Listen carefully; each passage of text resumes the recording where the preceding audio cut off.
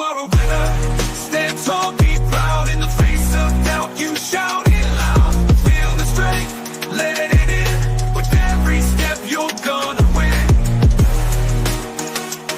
You are a winner, feel no pain. You are a winner, feel no pain. Yeah, I woke up feeling like a champion. Every move I make, I got the stamina. Eyes on the prize, never lose sight. Grinding every day, pushing through the night. Got the fire in my soul, never back down. In the ring of life, I'm the one with the crown. Sweat and tears, yeah, I paid the cost. Every battle fought, I'm never lost. Hit the floor, feel a winner. Stand tall, be proud. In the face of doubt, you shout it loud.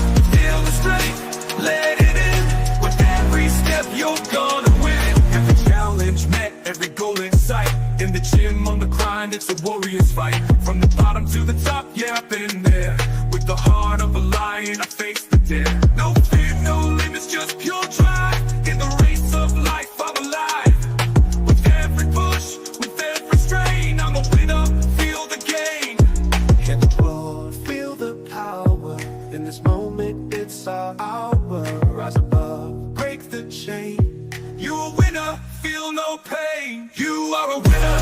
Stand tall, be proud. In the face of doubt, you shout it loud. Feel the strength, let it in. With every step, you're gonna win. In this moment, own your name. You are a winner in this game. You are a winner. Stand tall, be proud. In the face of doubt, you shout it loud. Feel the strength, let it in. With every step, you're gonna win.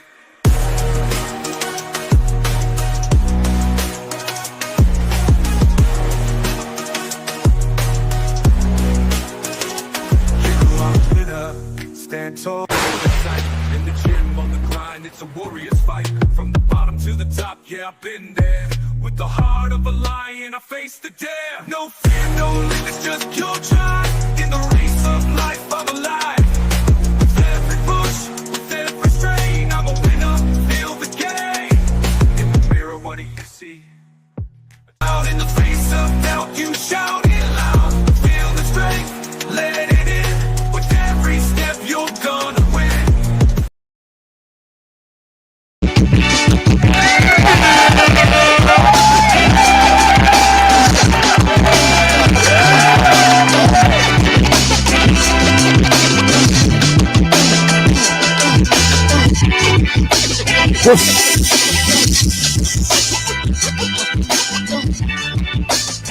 Very, very interesting day. A beautiful day out there. Beautiful day, beautiful sunshine. And I hope everyone is doing very well. We are back again with another interesting live show right now, right here on BlueClouds Media. Welcome back, people. Welcome back. Yep. Where are we going to take this from? Welcome back to BlueClouds Media. Absolutely. Your go-to for all the latest Chelsea FC transfer news. I'm Nee Zion, your host for the show. I'm going to take you guys through an hour and a half of live streaming and give you guys all the details on the transfer in and out as it is. And today, we're diving straight into the flurry of significant development from Stamford Bridge. First up, in the major exclusive, João Félix is on his way to Al Nassr. Lots of media outlets are saying the deal is done. I've seen a video of João Félix at Al Nassr outside football club right now. So it is done deal, just like Fabrizio Romano gave us earlier on. I think it was during the weekend, where it says, here we go. Here also, we go. There we go. Like I said, a confirmation with details on the 30 million euro fee, add-ons, and vital sales on clause is added to João Félix's contract. What does this mean for the Chelsea attack and the financial strategy? We need your thoughts on this live chat also. Next, we will cover key youth movement as Penders and Kendry Paez finalize season-long loan to Strasbourg. Finally, we will turn our attention to crucial incoming target Jorrel Hato. Chelsea and Ajax are in direct talks with the player, making his desire to join Chelsea Could he be our next big signing? Join the live chat now as we discuss all these tips and more, answering your questions and even predicting our opponents for the upcoming upcoming season.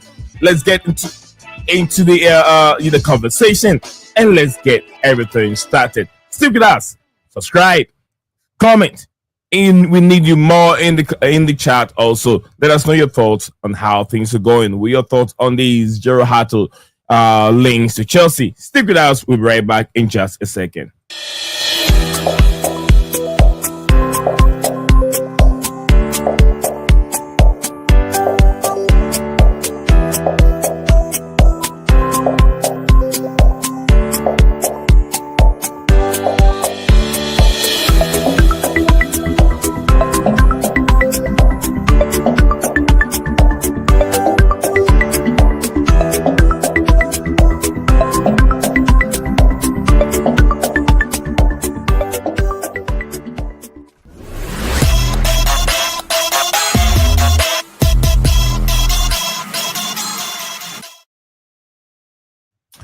Absolutely. Welcome back to the channel.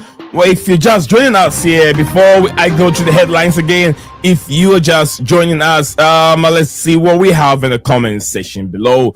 We have my big brother Cole Palmer in the studio. Big up to you, Cole Palmer. He said, I thought the owners doesn't want Alejandro Garnacho. Like I said, I know lots of you fans do not want to see Alejandro Garnacho, but do not listen to everything that goes through the media.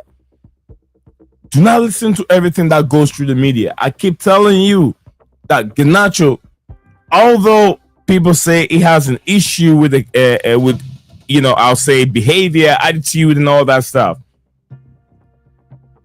just debunk it. You wouldn't know who will be the next top player in the Premier League when he moves to a different place. I keep saying this. Just give the player the chance. He might not be our starting 11 player, but he might be good for the bench.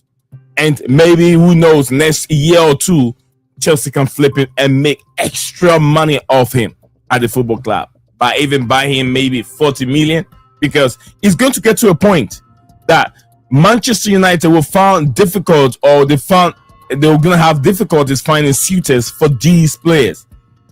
And I had Amiram talk yesterday. I think Saturday when they played their friendly match. They won 1-0. He said they are United players, and if United did not find suitors for them, he's willing and ready to work with them. That's what Amiram said. So do not worry. Matt Law is tweeting these things. Let him do what he's doing, because he is a journalist and he will put that thing out there. But there's no concrete evidence that says they don't want him. Owners don't want him. It's just a hearsay all the time. So not everything that he hears from the press that you got to take it serious. Okay, that's from Cole Palmer. Thank you very much, Cole Palmer, for your comment. I'm sick of Matt Law keep linking Garnacho to Chelsea all the time. Like I said, Matt Law, he's doing his journalistic work. When he see that interest there, he will put it up. He will put it up there. And I'm sorry that you're hearing it, but there's a player, there's talent in it. All right, Robert says, big up Chelsea. Big up, bro. Big up to you, Robert. I hope your day is going on well, like it's supposed to. He says, Palmer said that it seems Jackson going to Newcastle. There are rumors Jackson going to Man United, and I'm just hoping, I pray that Jackson stay with the club. He doesn't move on. I feel like if one more season with the way we're playing with these new players, I want to see how Jackson play. Whether he's learning from his mistakes in the previous season. I want to see Jackson and one more season at Chelsea. I want to see it and how he performed. All right, Cole Palmer says Xavi Simons will be a Chelsea player by Wednesday. From Cole Palmer, we hope that it doesn't even take that long. We want to see here we go here soon. We'll be reading a lot about these players, but haven't get the green light yet. Yeah, big up from Cole Palmer. Robert said, I don't want Garnacho. in Chelsea at all. Robert, I want you to tell me, why don't you want the player? Look, there's a lot of I don't want him, but some are not giving us any other tangible reason on why you don't want to play at the football club besides attitude. Because when we go on the pitch, attitude is not the problem on the pitch. Besides that, we want talent. We want players that can play the game, that can play the football. That's what we want on the pitch. So besides attitude, I want someone else to tell me why don't they want the player. They don't want to play at the football club, Robert. I want you to explain to me. Give me some more good reason on why you don't want the player. Can you give me any good reason besides attitude? Give me a very good reason on why you guys wouldn't want him. Palmer said Maresca would retreat Garnacho like Felix. If Maresca doesn't really want him, because let's see, to be honest with you, I don't think that Enzo Maresca treated João Félix badly at all. I don't think he did. Because João Félix was given ample time on the pitch, many times to prove himself, to show that he worth that time on the pitch. But did he train well? No. Did he try to force his way up to become one of the, I'll say, top players? No, he didn't. He has a loan from Atletico Madrid to Barcelona and still did not prove himself very well when he got his chance. He had another chance to go to AC Milan and still did not prove himself. He did not work hard enough. You get what I'm saying? So I don't think that Enzo Maresca really did treated Sterling very bad. I think he treated himself very bad by not wanting to move on or wanting the game so bad. You get what I'm saying? So with Felix, I think that he did really kill himself. Nobody else killed him. Sesko going to United. Yeah. Sesko United, I think, yeah. United move is also on for Sesko. And also from what I'm hearing is, for now, Alexander Isak is pushing his way, he's forcing his way to Liverpool Football Club. He believed that Newcastle cannot help him win anything. So he's on the verge of joining Liverpool. Will Liverpool do it? They've sold Diaz to Bayern Munich at this moment, so there's money there to spend. They still got more money to spend over there. So yeah, the Liverpool deal, maybe they can push on for Alexander Isak. Isak coming in, it's what without Isak, I have a very strong feeling that Chelsea can challenge very well for the upcoming Premier League title. But with Isak joining them, makes it more easy for them. It makes it more easy because we know Isak in the Premier League, how good he is. Daniel Knight, big up to you, Daniel. Daniel said if Alejandro Garnacho comes to Chelsea, where is he going to play? Oh, Enzo Maresca will find a place for him to play. Leave that to Enzo Maresca. Remember, beginning of the season, they said Enzo Maresca is working with 55 players, and he said he's working with just 22 players. But he was able to get all these players playing football. So with that one, we don't have to worry about that. It's not me to worry about where he's going to play. Maresca will definitely find a place for him to play. Definitely. There's a lot of game out there to play. A lot of games. Champions League, Carabao Cup, FA Cup, Premier League. So I'm not going to worry. We need a very, very strong squad going into next season. Very strong squad. And I don't want us to just focus on just a few crop of players. Strong squad. Whoever is coming up from the bench should be as equal or as the same level with those that are already on the pitch. That's what I'm looking for. And I love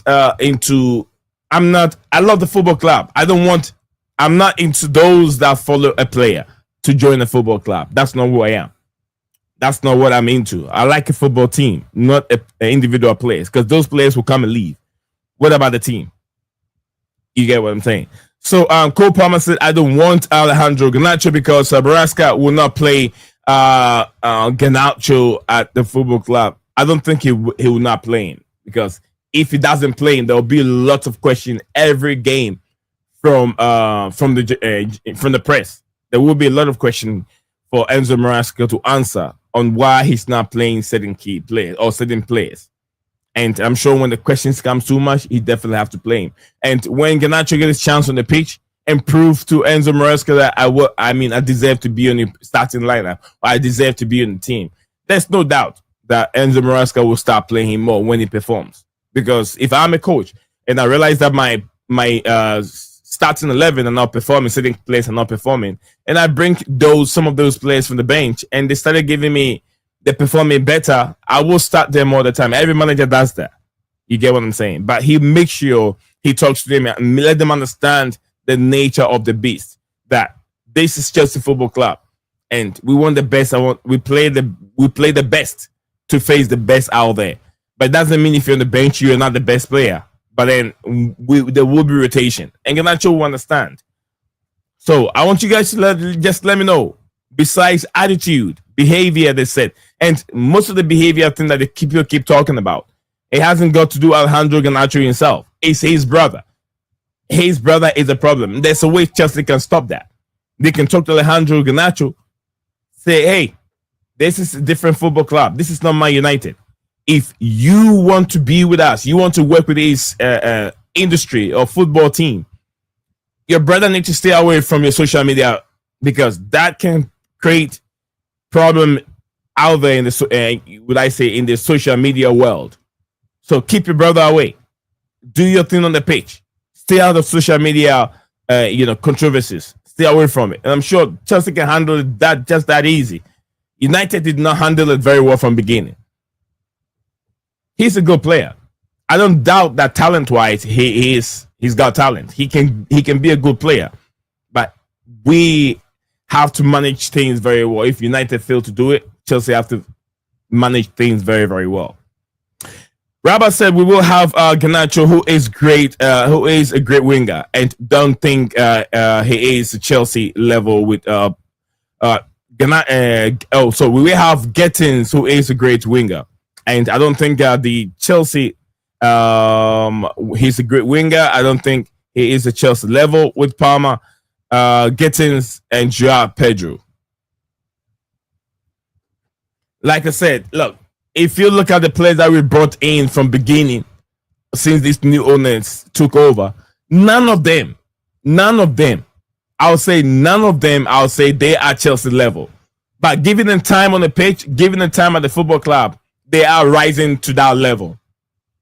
Caicedo wasn't at Chelsea level. If you look at the players that we brought in from beginning of the, I'll say in the earlier, I wouldn't even say early 2000s, from the 1996, 7, 8 till now.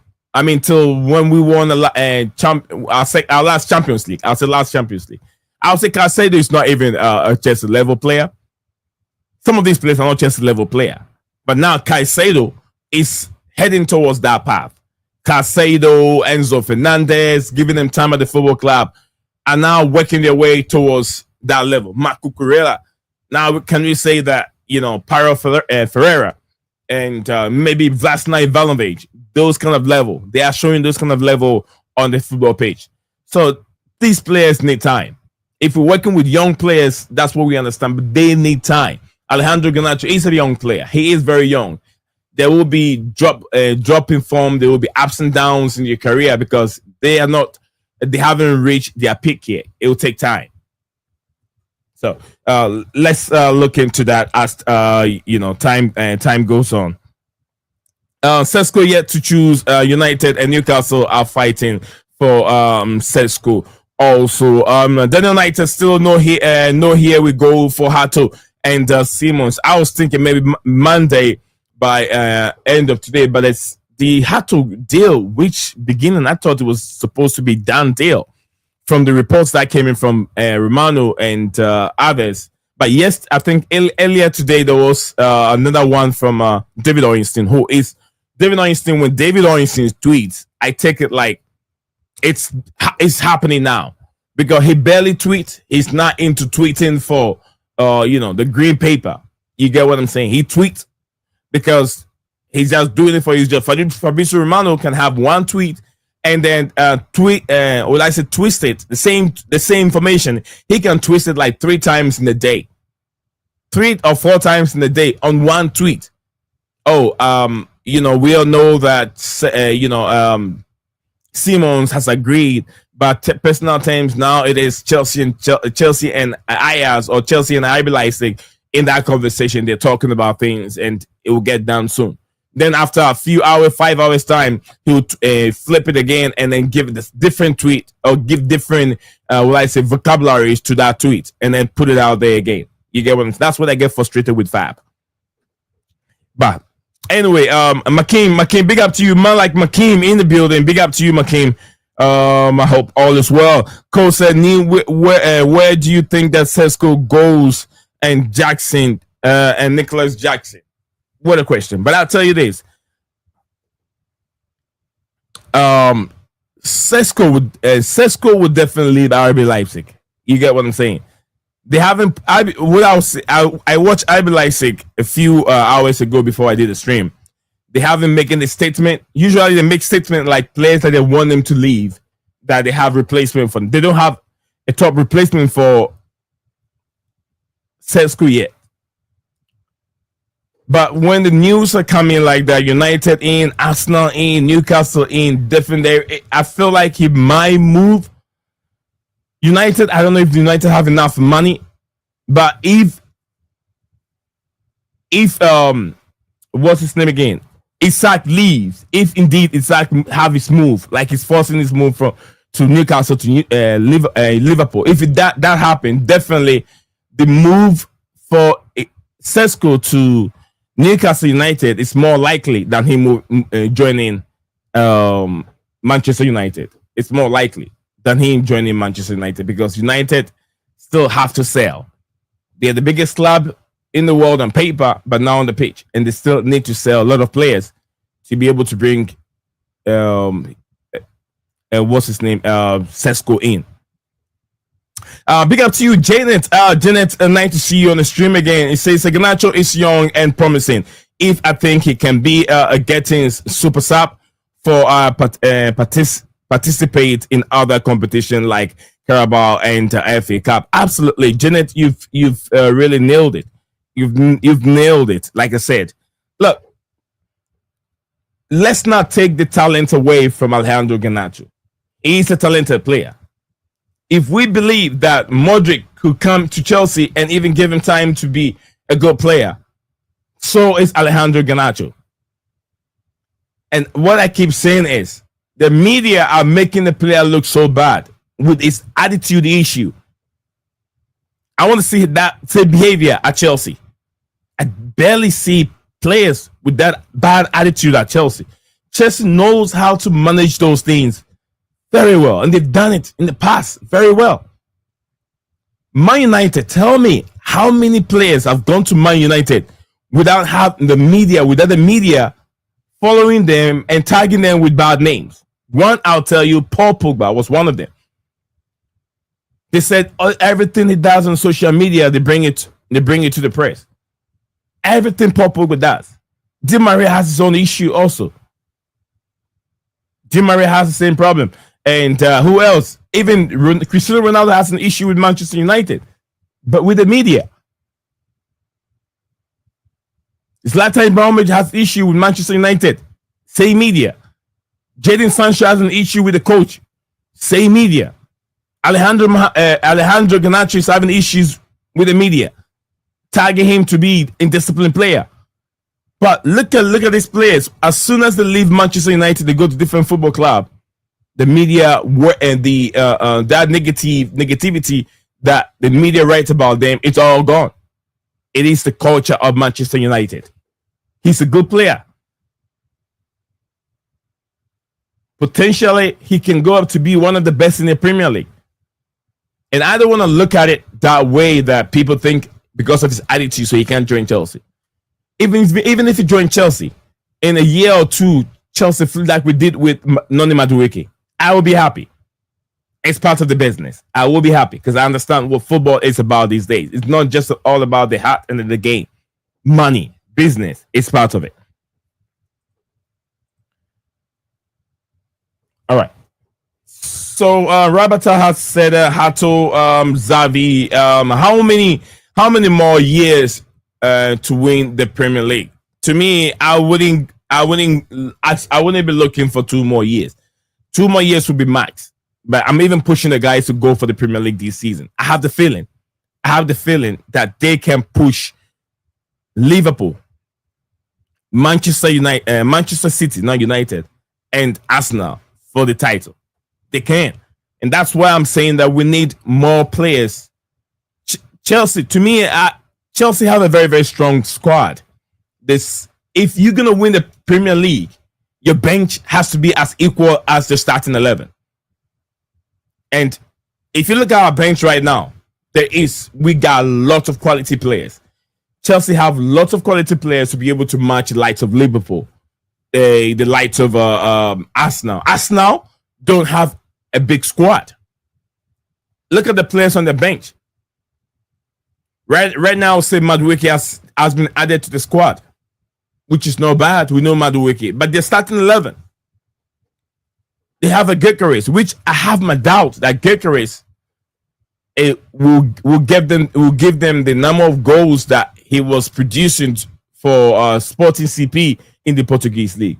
I doubt Gyökeres, and it will take him a number of games to be able to adjust to the the English game. Although he's been here before, he was with Brighton, if I can remember.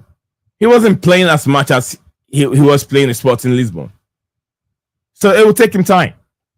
So with me, the team that I think that Chelsea will compete with will be Liverpool because of what they've brought in. And even there's a lot of question marks there.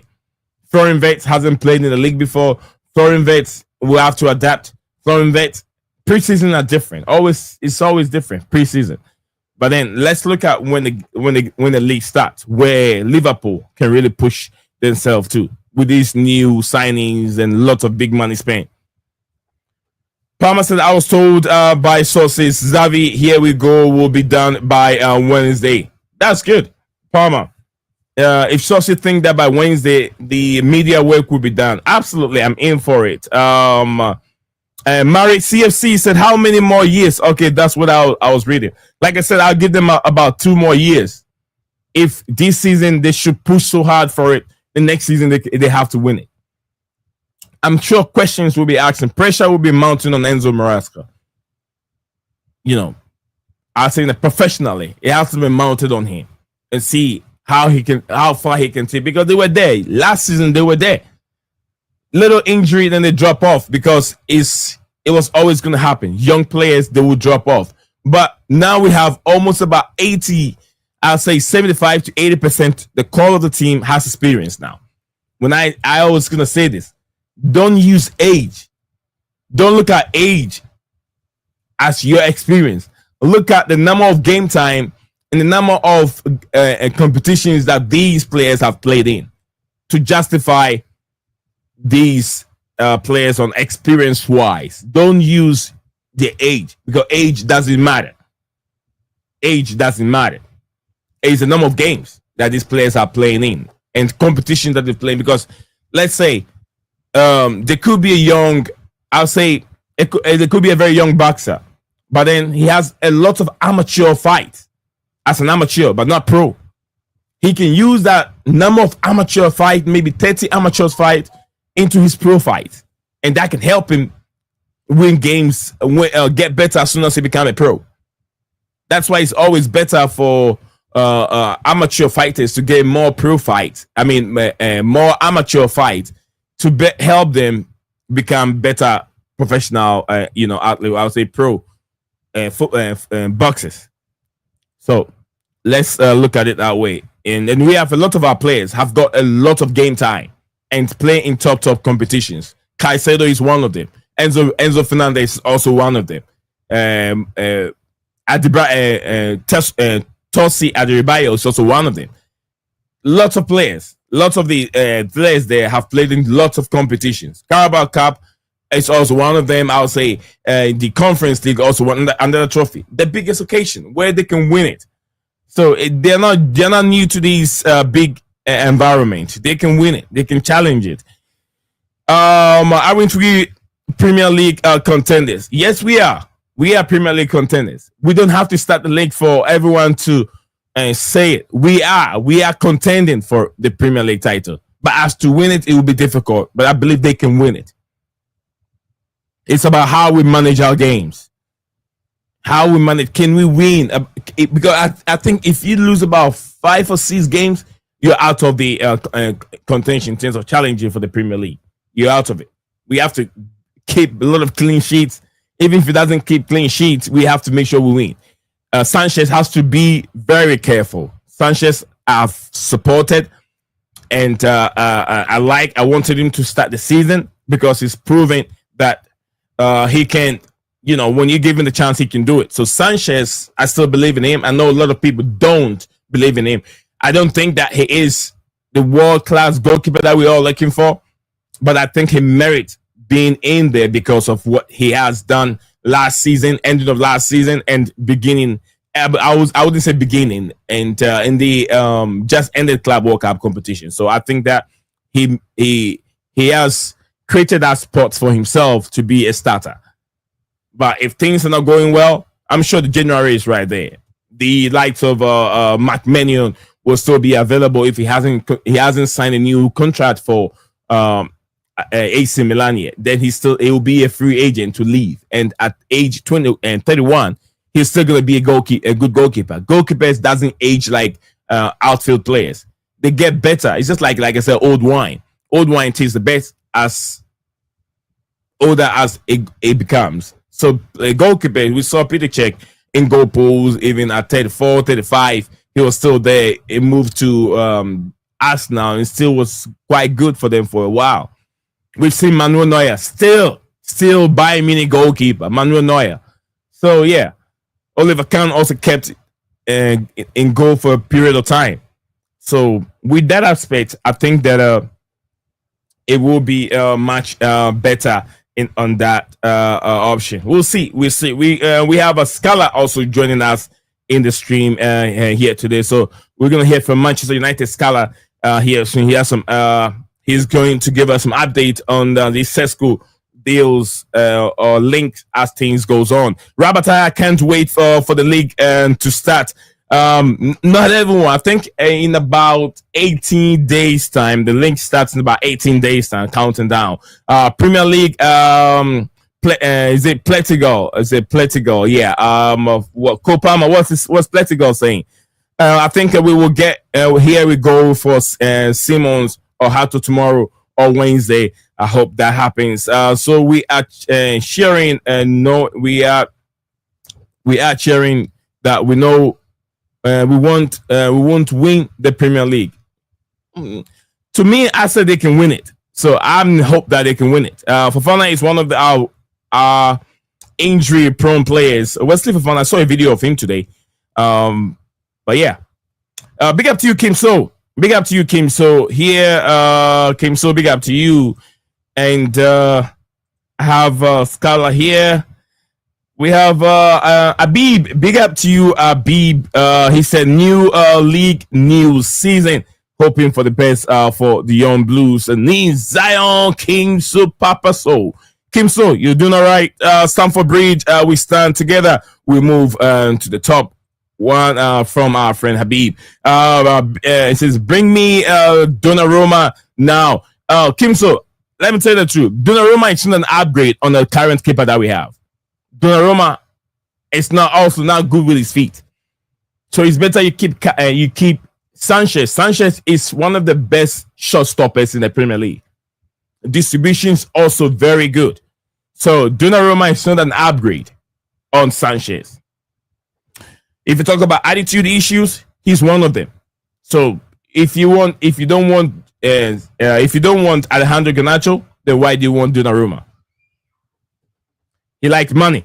Hello, if Emmanuel, big up to you, Emmanuel Barassa. He said, "Hello, if get Simon, so we will be okay." And I hope our best to get him. All right, we want the team to get him. I get what you mean, Emmanuel. Thank you very much, Emmanuel. Nice to see Emmanuel on the stream today. Kim So, everyone, thank you very much for joining us on the stream today. Let me wrap up here, and then we're gonna go to Scala here in a second. If we get Donnarumma, we win UCL and EPL. What makes you think you're gonna win all this with Donnarumma? Donnarumma couldn't win a Club World Cup. He couldn't save Parma shots. So it doesn't mean that if you get Donnarumma, you can win everything, Kim So. He's not an upgrade from what we have already. If you bring in McManio, to be honest with you, I said that's an upgrade because dude is good with his feet. He is very good with his feet, and it gives you all those attributes of shot stopping, penalties, and all that with McManio in the goal post. Randall said, "Big up, bro. I'm from Kenya." Absolutely, Randall. I know where you're coming from, and I know where you're watching the stream from. But big up to you, Randall. As you just trying to let me know where exactly he's watching from. Donnarumma in. Nah, Kim So. Nah, Donnarumma. All right, Kim So, I'll come to the rest of the comments. Keep it coming. Let me hear from Scala. Scala, welcome back to the stream, and I'll say good evening to you. Yeah. Good evening. Yeah, good to be back. All well? All is well? Yeah. I mean, it's going. I mean, we are. I think we are. No, I don't think we are playing. When are we playing? No, you guys play on Saturday. Right. Yeah. No, on day after. I think we are playing on Thursday. You play? No, you play Saturday, isn't it? Or was it Thursday? No. Yeah, we played Saturday. I think so. Yeah. I'm saying the next game. Our next preseason game, it's against Bournemouth. So it's. I wasn't impressed. I wasn't impressed with the game that I was watching at all. It was just a mistake for you guys to have that one goal. I mean, two goals. One brilliant one from Bruno Fernandes, absolutely. But the first one was a mistake from the team. But I wouldn't take that away from Man United. What do you make of that game? Guys, so we'll talk about United a little bit, and then we'll jump back to the headlines of the Mike Penders. Like I said, Mike Penders and Kendry Paez have finalized their loan to Strasbourg, and also the Hato. And we'll talk about João Félix also. João Félix, guys, João Félix news is right here. We're going to talk about Felix. I haven't get into the news at all. Why did he choose to join Al Nassr? We'll talk about Felix here. So, guys, stick with us. Big up to you, Mikhail. And Mikhail, a big brother, is right here. We'll talk about and why is Felix to Nassr? But yeah, give us an update, Mr. Ryan. I mean, Scala. Yeah, I mean, you do mention that you were not impressed. I mean, I won't say I was impressed either. I think I still see the same things. I think he's trying something. When I say he, I mean Amorim. That game he played Bruno as the number 10, and then he put Kobe Mainu and Ugarte as the deep line 2. I think that's just for that game. I think he wanted to see what Kobe Mainu can do in that deep line playmaker. I think that's a very bad move. I think he's not a player who's a double pivot player, especially considering his age. He has that's a position which you need experience to play at. You know, you want to be playing as a deep line playmaker.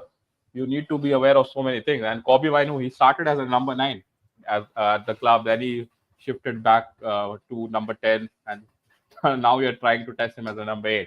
I think he has no future at that position. I think that's pretty much evident. I think that's a big problem for us. I think Bruno playing as number 10, that's a time waste also. I think because when Mbomo starts and Cunha starts, Bruno will move back to the double pivot.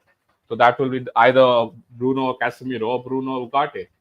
So yeah, I think we did try something, but on the long term, I'm not convinced. I think there are too many holes in this team. And right now, we are just trying to plaster over some very apparent tactical miscues because he played, I think, a dog who was left wing back, which was okay. I think he did well. I'm not going to slate on him. I think he's still very young and he's trying to do his best. So I'm okay with it. And then he's played Ahmad at right wing back, which, again, I don't know. I'm not convinced because Ahmad is one of our best players on the ball. So if you ask him to do a bit of defensive work, I think you're taking a lot out of game. That whole game, I was thinking about Chelsea actually, 2016 Chelsea, and I was thinking about Victor Moses because he was the last good player who could do that right wing back role efficiently. Because if you remember when he was at Palace and Wigan, he was a winger. So either you play fullbacks as wing backs or you play wingers as wing backs. That's the only two options in the system, right? So right now we are playing Ahmad as a right wing back. But what happens to Dolo? Because we just, he's the starting right back, and he's not a wing back. I'll say that to you. He's not a good wing back. He's like half and half. He can do on his day he can defend goal, and on his day he can attack well. But he cannot do one thing consistently. So yeah, man. All in all, I think Amram he's in a bit of a pickle when it comes to team selection. So it will be Yeah. very interesting once the transfer window shuts, what team he picks against Arsenal, because he has to start somewhere. So yeah, man, I think for one game it was okay, but I'll see what he does against Everton and Bournemouth, and I think that's the only. Yeah, I think we are playing Fiorentina as well. So I want to see some bit of consistency, because he's already said that he will not be changing the full 11 in the second half. He'll be making like 6 or 7 changes after 70 minutes. So he's trying to land on some form of a consistent playing 11. So yeah, but I don't think the things I mentioned about Kobe Mainu, Ahmad, I don't think those are long-term things, because if they are, and we are playing one game a week, whatever happens to Delo and all these guys, because I don't know, and he's got like at least 7 people who can play as number 10. That's two number 10. And none of them can play as a striker. So that's very curious. Somehow Mason Mount has got completely out of the picture right now. He used to like Mason Mount towards the end of the last season. Yeah. Now he's coming after 70 minutes. So yeah, we'll see, man. I'm not convinced. Thank you very much, Scala. There's been a few links over there with a striker, Benjamin Sesko. Where do you stand on it, and how likely will he join your team or your club? Benjamin Sesko, he has been like a long-term target for the club. I think even before Ten Hag, I think towards the end of Oli, the club started scouting him. I think under Ragnick was when we were heavily linked with him, because he has worked with the Leipzig group. So that was our first point, and we have kept that scouting on him. So I think I saw the reports and the updates which said that we have proposed like the project to him. Now he has to choose between Newcastle and us. I mean, that's okay. I don't mind us pitching in the project to him, but I'm very curious to see like where are you going to provide the funds from, because they will want upwards of 70 million euros, or let's say 80 million euros. Where are we getting that? Because we already spent 120 on Cunha and Mbeumo. Yeah. And we haven't sold anyone of substance. Rashford's gone on loan. The only sellable assets we have right now at the club is Garnacho and Sancho and Antony, and no one is coming for them at the moment. So I don't know, man. I think especially if you're Leipzig, and when two clubs are coming in, you want to put them into a bidding war, right? You want both of them to go into a bidding war so that you get the best deal out of it. I don't think he has a release clause. I think whoever bids the highest gets him. Plus, Newcastle will have funds from the Ajax deal. So yeah, they are going to spend our money on that guy Visa as well. But I think they can. I think at the moment, these guys are favorites to land Sesko, Newcastle. But I'm a bit confused. Like, we were in for Watkins, we were in for this guy Mateta, and suddenly we have pivoted to an inexperienced striker in Sesko. I think if Sesko comes in, that's the end of Hoyland. I don't think we can have two number 9s who are very relatively experienced, considering it's been a big problem for us scoring goals. So this might be good news for Chelsea. I think if Sesko pulls out, I think that leaves us with only two options. I think this guy, Watkins or Nicholas Jackson. I think those are the two options left. So yeah, I don't think Sesko to United happens. One, we don't have the funds, and even if we do, Newcastle have Champions League, and they have the funds as well. So at the moment, I'll say they are much more advanced than us. All right, so thank you very much, Scala, for giving us that information. There've been another report over there regarding a certain player from Mainz. Manchester United are said to hijack Brentford pursuit of Mainz wonder kid Idrissa Gueye, according to the Sun. The Sun is reporting that. I'm not so sure if you've seen that at all. Have you? Idrissa Gueye? Not Idrissa Gueye, not the one from Everton. Is it Everton, right? Not him. Or PSG Everton fame, not him. A different young player. I haven't heard anything, man. And also, I'm not interested in young players. I think those are just, even if we are linked, it will be just to buy him and put him on loan and probably get a good transfer fee. So I haven't heard anything. Let me see if I can. I'm trying to get the player's image on the screen, so So you no probably get this. credible journalist has reported it. So The Sun is reporting it. yeah, It's if their son is reporting that, yeah, Sky Sports that's like reported. Yeah. yeah. So yeah, Sky Sports are reported that. I think this is. I was trying to put his player's image on the screen. This is a young player that United are also showing interest in it, but not just Manchester United. Others, the other suitors also, which is the Brentford, also wants to bring the player to the football club. All right. So besides that, any other strong player or any other field that you guys are looking at? I mean, we are looking probably at a goalkeeper as well, but I don't think we do sign because Onana is injured and he's not going anywhere. And preseason, Binder has started all the games, so I think we are not going to be touching that department. I'll be surprised if we do. But I would like someone like Tottenham are linked with João Félix. You know, I would like someone like that. I think because Casemiro's time is coming up, and we only have Ugarte to play with Bruno. So that's a position which we need to cover. And Toby Collier is going on loan. I just saw a report right now from a credible United journalist. So yeah, we are very limited in that position, man. Because look, the midfield is your heart of your team, and if it's not functioning,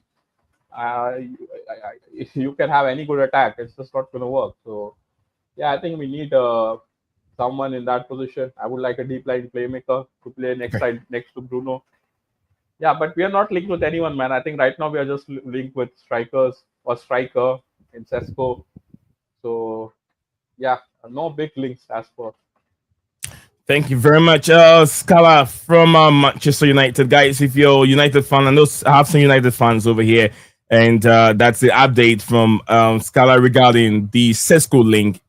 Also giving us the, like I said, what is the percentage or what would the rate out of 10 would you say Cesco will join? Rating out of 10? At the moment, I'll say like a 5 because we have just proposed a project. There is no discussion about the transfer fee, and if there is a discussion about transfer fee, I don't think we can outbid Newcastle at the moment. We don't have the money. How are we going to, There's a question for you also here. There's a question for you from Mikhail. Big up to you, Mikhail. Mikhail said, how long before Amarin becomes untouchable, and who can be a viable replacement if he goes? Also, please keep Garnacho. We will pay you to keep him. Thanks for that. Mikhail, I think we have discussed very lengthy about Amarim. I think his position could become untenable after 10 games. If you see our start, we are playing all the big teams, so he could be gone by Christmas because don't forget, this is his last year. He hasn't got an extension, it's only got a 2-year contract. So he has to make his position tenable. So yeah, he is on a bit of icy rope. I don't know. And if he goes, I would like, because we are buying players for his system, I would like someone like a Glasner because he plays a back three, and he has done well. He's won a trophy at Palace. So, maybe we can go into that direction. Otherwise, if a new manager comes in with a completely new system, you have to, chalk the board off and build from scratch. And we cannot afford that at the moment. So maybe like someone like a Glasner, maybe. What about Adriano Ayurela and is it Ayola, whatever his name is, the guy from Bournemouth manager? He's played beautiful football. I watched the one, preseason. I watched that game, and what a game! What a tactical man he is. Yeah, he is good. Andoni Iraola, right? Yeah, Andoni Iraola. Yeah, well, man. I can't lie. Maybe that's an option, but I'm just looking at this system, this back 3/back 5. I just don't want to go to a rebuild after rebuild. I think that's very irritating, man.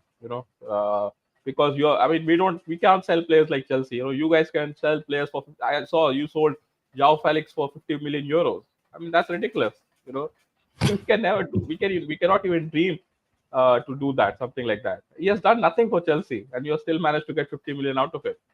So I don't want to do another rebuild. I'm okay with going to another back five, back three system and probably buy some players, maybe from someone like Glasner. So he's done well at Palace as well. So Yeah. yeah, maybe him. Thank you very much, Scala. I'll be back. I'll be back again and with you with the João Félix topic. That's what we'll be starting with. We got Yusuf also joining us here, and we have Dan, Big Dan himself, a Chelsea proper Chelsea Dan here also with us. But before we get into it, Kim, so thank you very much for your comment. Yeah, there you go. That's done. Dan said that Sanchez won't save that Palmer shot either. And Randall said ahead, Sesko is close. That's he gave his opinion on the Sesko deal links to Manchester United. Yeah, where do Galatasaray find the money from? That's from Kim. So and it says Donna in for Kim. So the big up to you. I think it goes by the name Ronald. Yeah, Ronald. The first name I don't want to butcher it. Either Imwama Donald. I'm sure that's the name. It says when is Fofana coming back? So I'll be checking that for you right now. Don't worry. I'll give you the answer in a few seconds as the stream keep going on. So I'll get an answer for you when Fofana will be returning to the pitch. And when Michael said Cucurella goes, we will need two left backs. Two left backs. Michael, two left backs. We're getting Hato. It should help for the whole season. We have two of them. Remember, we can also play Malo Gusto in that position. I know it's not a favorite left-footed player, but then we've tried in there a few games and we've won. We've lost some. We've won a number of them. So if the West come to West, we can have Gusto playing that position. Whilst if Achampon doesn't go on loan, I'm sure he will stay on the right hand side to help Reece James, and also Gusto also there at the same time. So it looks like we have three players: James, Champon, and Gusto on that right hand side. We can use Gusto both on the right and on the left, so it becomes three on the left and then three on the right. Gusto becoming the extra man over there, and if we can put it that way. All right, I think we've gone through all of them right now, and repent, and Takima said thanks for the show, Blue Brothers. Many says many. I know the latest news about Hato and Xavi Simons to Chelsea. Absolutely. It's part of our show too. We'll be talking about that as time goes on. How about Watkins? Watkins, the Ole Watkins? Scala, anything on Ole Watkins before we move on from there? Anything on Ole Watkins? Yeah, I mean, United are interested in him, but Villa want 50 to 60 million, and he's 29. He's got, I think, 2 years left. So, okay. Yeah, we are not going to be paying that. So, unless they drop the valuation, maybe. So, yeah, right now, everything, you can see why we are trying to go for Sesko, which is very ironic considering he is costing more than this guy, Watkins. So, I'm a bit confused with United striker policy, man. So, right now, I can't even tell what kind of a profile they're trying to do, because Amorim wanted Gyökeres, which is a proven striker, and Wally Watkins is a proven striker. So that's, you can say that's same. But now I feel that the club are like, we are not going to be getting you a proven striker. I think because you could be sacked, we might as well invest in a upcoming potential talent. So yeah, there are two ways to that. Thank you very much, Scala. So, Randall, I'm sure he has given you the answer on that also. So, thank you very much. Keep your comment coming. Dan and Yusuf and myself will give you answers to your questions. Keep it coming. And I'll just say this, guys, don't forget to like, comment, and subscribe to the channel. It's very, very important. The likes alone will take this channel a long way. We're asking for it. Smash the like button and subscribe to the channel as we move on it. If you're just joining us, the headlines that I put up on today's show is also you can participate in the poll that we have on the stream today's show, and we'll be looking at youth development as is being said that Mark Penders and Kendry Paez, Strasbourg, they have finalized their move to Strasbourg on loan. Also, we'll look at the key details between those players. Penders, as it's been confirmed, Kendry Paez also finalizing their season loan. We'll look into that, and also we'll be looking at the strategies importance of these loan for these players' development? Are these the right move for youth development? Are these Strasbourg is the only best place where we can send these players? We only understand it's a sister club. Definitely the playing and we use the word Farmers League, which absolutely that's right. But maybe the game time is what matters the most. We'll be talking about Jorrel Hato's pursuit as Chelsea direct contact with Ajax for Jorrel Hato, and also key details with Hato's clear desire to join Chelsea. Contract ready, as is being said. Talk is underway. Also, we'll discuss the Hato's profile. We'll look at his profile himself, and also we'll do the same thing with Xavi Simons also. So, guys, so there's more coming up, but we will start the show with what's his name again? João Félix. João Félix. I'm very, very happy DJ has come here because I have a very big question for DJ. But before we get into it, let me welcome the panel to the show. Yusuf, DJ Salve, Dan himself. Guys, welcome back to the show. Yo, Thank you very much. Yo, big up, guys. Big up. Big up, man. Big up to my That phone like DJ button. as well. Big up to DJ. Big up, Dan. to Big up, Dan, bro. Big up, Big Hero. up to you and Liam Big up, as well, Yusuf. man. Big up, Big Yeah, up, big Dan. up Big Skylar up, as big well. up DJ. Scarlet as well. Big up, big up, big up. Yeah, big up, big Everyone up. in the comments, smash and subscribe as always. Yeah, And big hit up to that every like single one of you. button. Hit that like button and subscribe, man. Come on, let's Comment and I subscribe. want by end of the show, I want to see this 80 likes, 80 likes, or whoever in the chat. Just make sure you smash the like button and subscribe. I want big likes today. Yeah. Absolutely. Dan is requesting for 80 likes before the streams come to an end. Guys, give it to Dan. Give it to Dan. If you don't know much about Dan, stick around and you'll find out. That's what Americans say. If you want to know it, if you want to be a rebel person, just stick around, man, and you'll find out. If an American say that to you, you know there's trouble coming on your way. All right, so we'll get it going. I know the American slang what you say. My cousin in America says that. Yusuf says smash the like button and subscribe, people. Do that. Thank you very much, Yusuf, for that positive vibes coming from you. Everyone. Yusuf, we're gonna start from João Félix. Finally, he has made his way. He has made this move to Al Nassr. Good move for Chelsea. Good money. Details: Chelsea have a selling clause on him, so it means that the money is not over. We're not done making the money out of João Félix. But yeah, what do you make of these deal from Felix? I think Chelsea have played an absolute blinder on this one, if I'm being honest. I mean, how much did we pay for Felix originally? Around 43 million? I can't... Yeah, around that region. Yeah, if I can remember. 42 mil. 42 mil. Yeah. Like, if the total package is coming to around 50 million euros, then we're getting basically back what we paid for him, or maybe even a little bit more.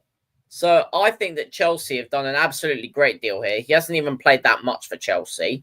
He's played a few Conference League games, and I've loved watching him when I went to Stamford Bridge last season. And yeah, I mean, that's pretty much it, really. All I can say is that Chelsea played a blinder on this deal. We're getting back what we paid for him. I always feel like he should have played maybe a little bit more when Cole Palmer was on that little bit of a dip in form from January till maybe March. But what can you do? He wanted to get some game time in January. He went to AC Milan. It didn't work out there. So now he's got a permanent move to Al Nassr, and he's going to be playing with Cristiano Ronaldo, his national teammate. So yeah, I actually wish him all the best. My question to you is: we've seen João Félix have played in one of the best leagues in Europe. I know the Saudi Pro League is not anywhere compared to these five top flight leagues in Europe.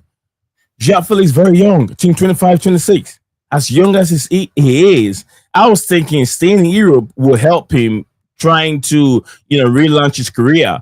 But agreeing a deal to join Al Nassr, what does that make of him as a player? Do you see the ambition for being one of the top players in the world? Agreeing to join Saudi Pro League, that age. with how talented he is?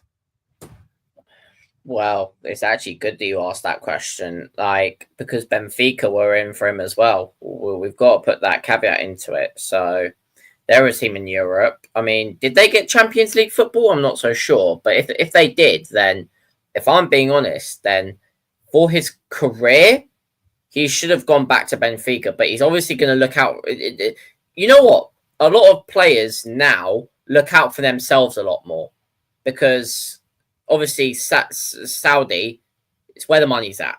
It's where people are saying, go to Saudi and get the bag. But Isak is a big example of this.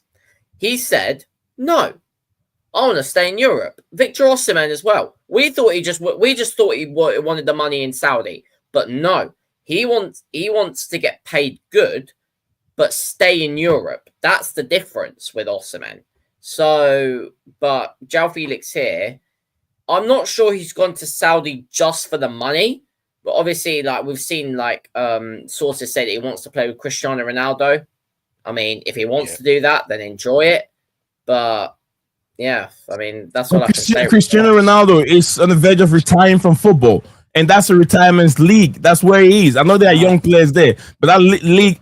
Who's gonna see how many people watch the Saudi Pro League in the world for them to watch? João Félix. You get what I'm saying? I know someone wants to jump in real quick. I'm sure DJ. Big up. I mean, your man himself. Yeah, go for it. I know the questions are ready. The one I just asked Yusuf. Go for it, say.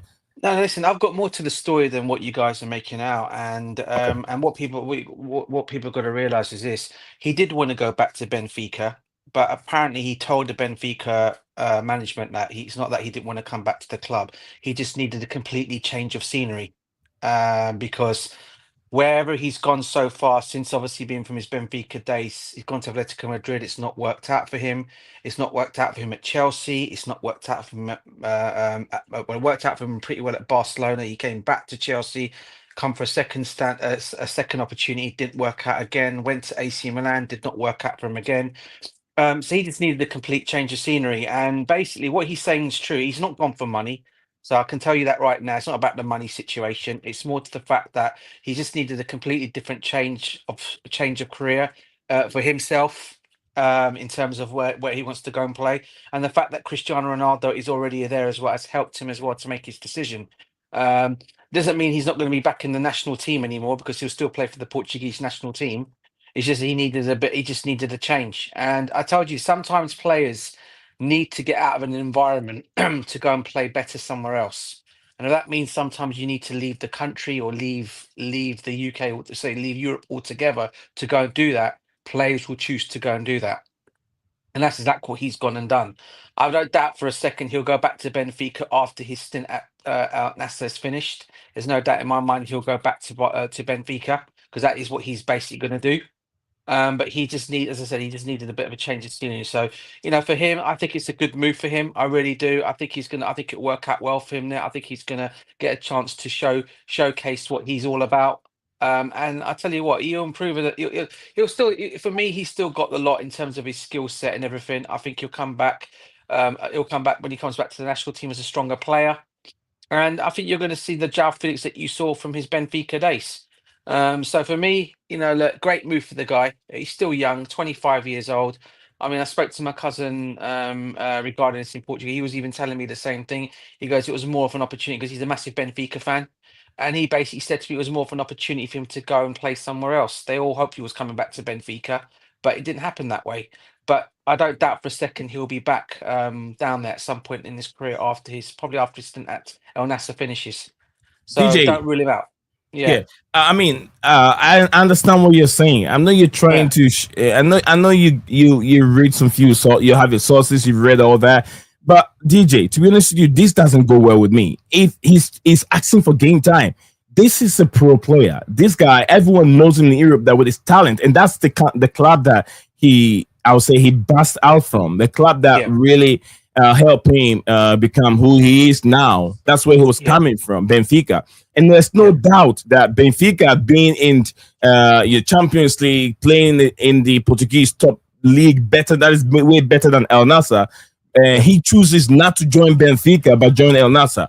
we have top players. We have young players that have been into that league, and it did not last them a year or two, and they're back to Europe. Aubameyang is one of them, and this guy from John Duran, also one of them.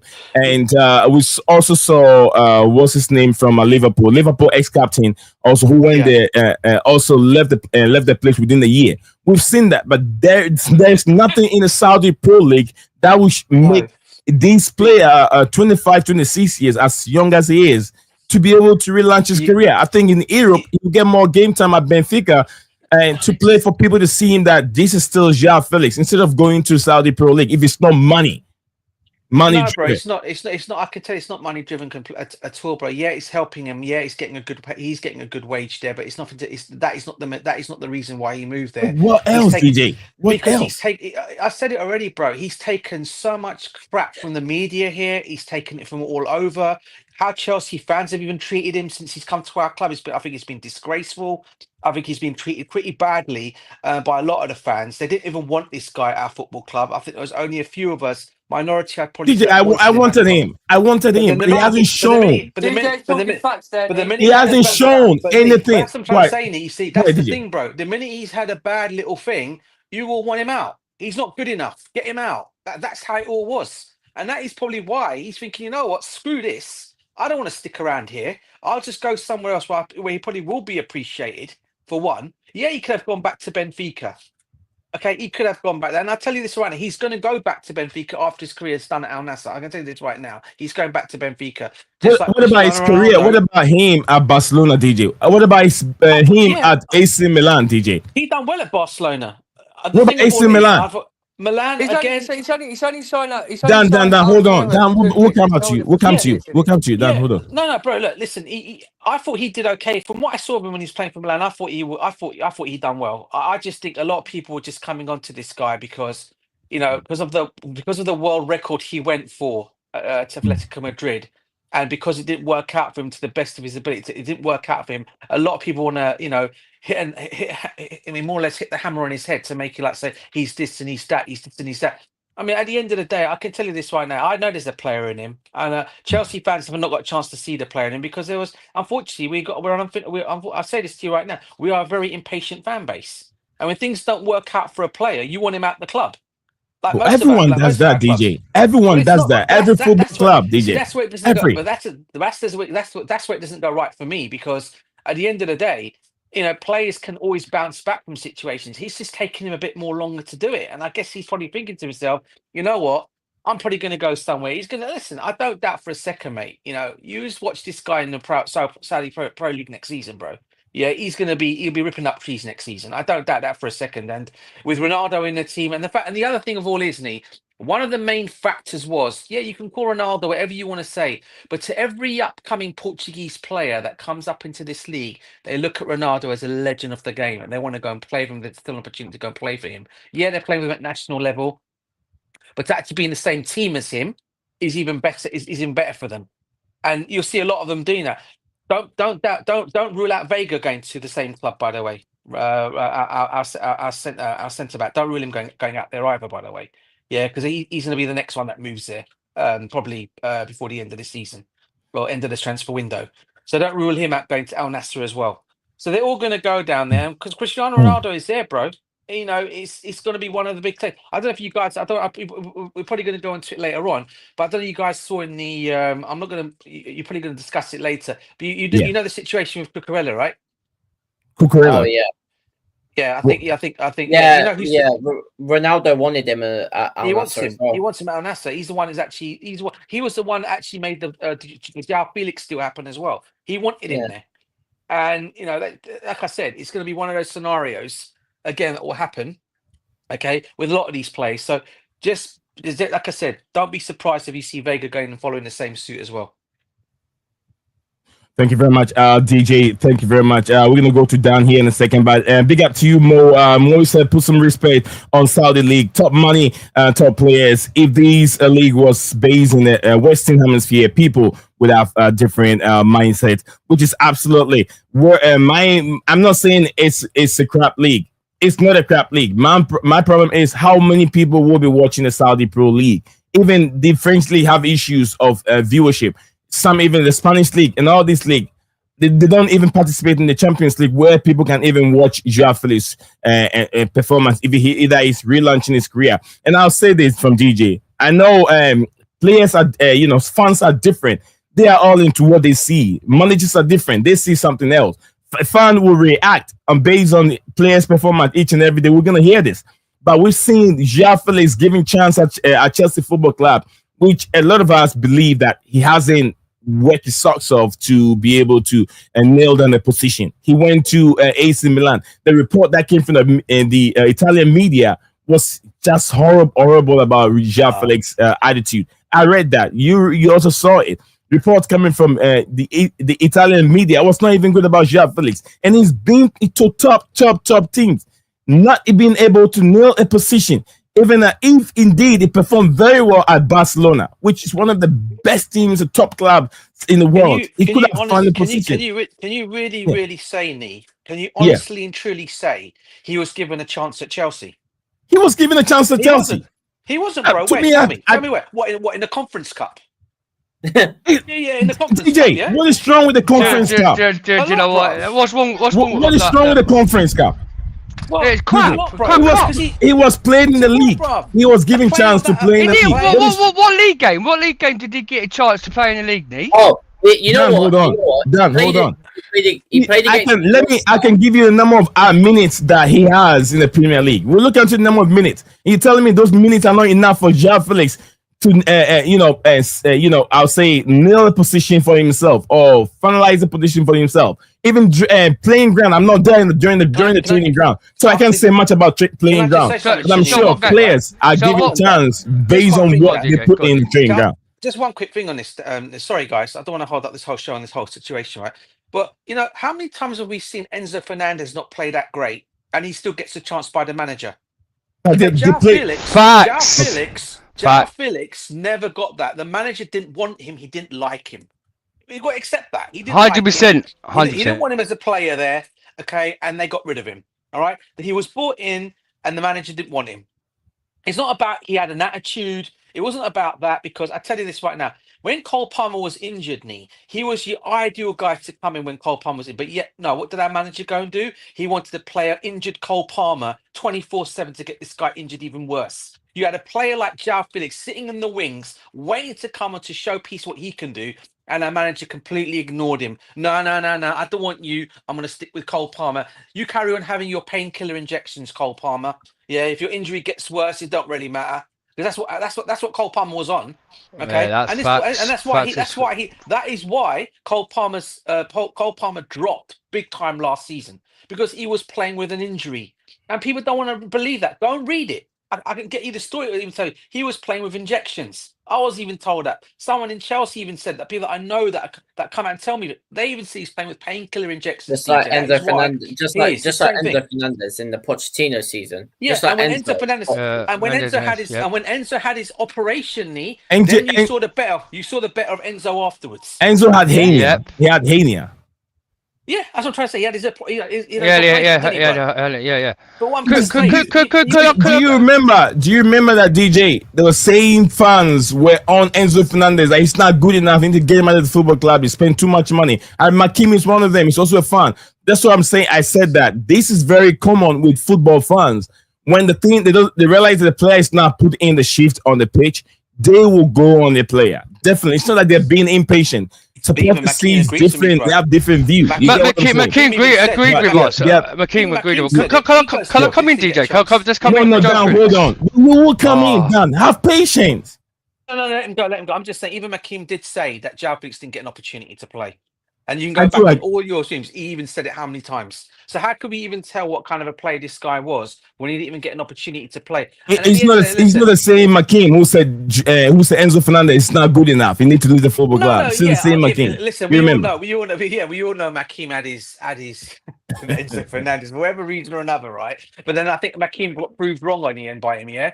And he went and showed what he can do. And I know Makeem still doubts him, right? Yeah. But I think we're starting to see a player in him. But at least he got an opportunity to show off what he can do. Our manager didn't give that to João Félix. And I'm sorry, you can say whatever you want to say, And I'll carry on taking up for this guy. And you can say, oh, he's your countryman, DJ. That's why you're taking. It's not about that. I go by players' fairness, bro. Any player that I feel doesn't get an opportunity to play and show what they can do, I'll say it as it is. And then we're going to lose him. Listen, bro, we've proved it over the years. We've done it to Salah. We did it to De Bruyne.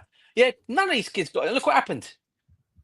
So that's all I'm going to say on that one, bro. I'll let Dan come. Thank you very, very much, DJ. We're going to go to Dan. Dan's very, very impatient. Dan, we'll come to you here in a second. Big up to man like Dan in there. Have patience a bit, Dan, please. And Mars, big up to Mars. It's been a while. Mars said out and says when Chelsea next preseason. Big question.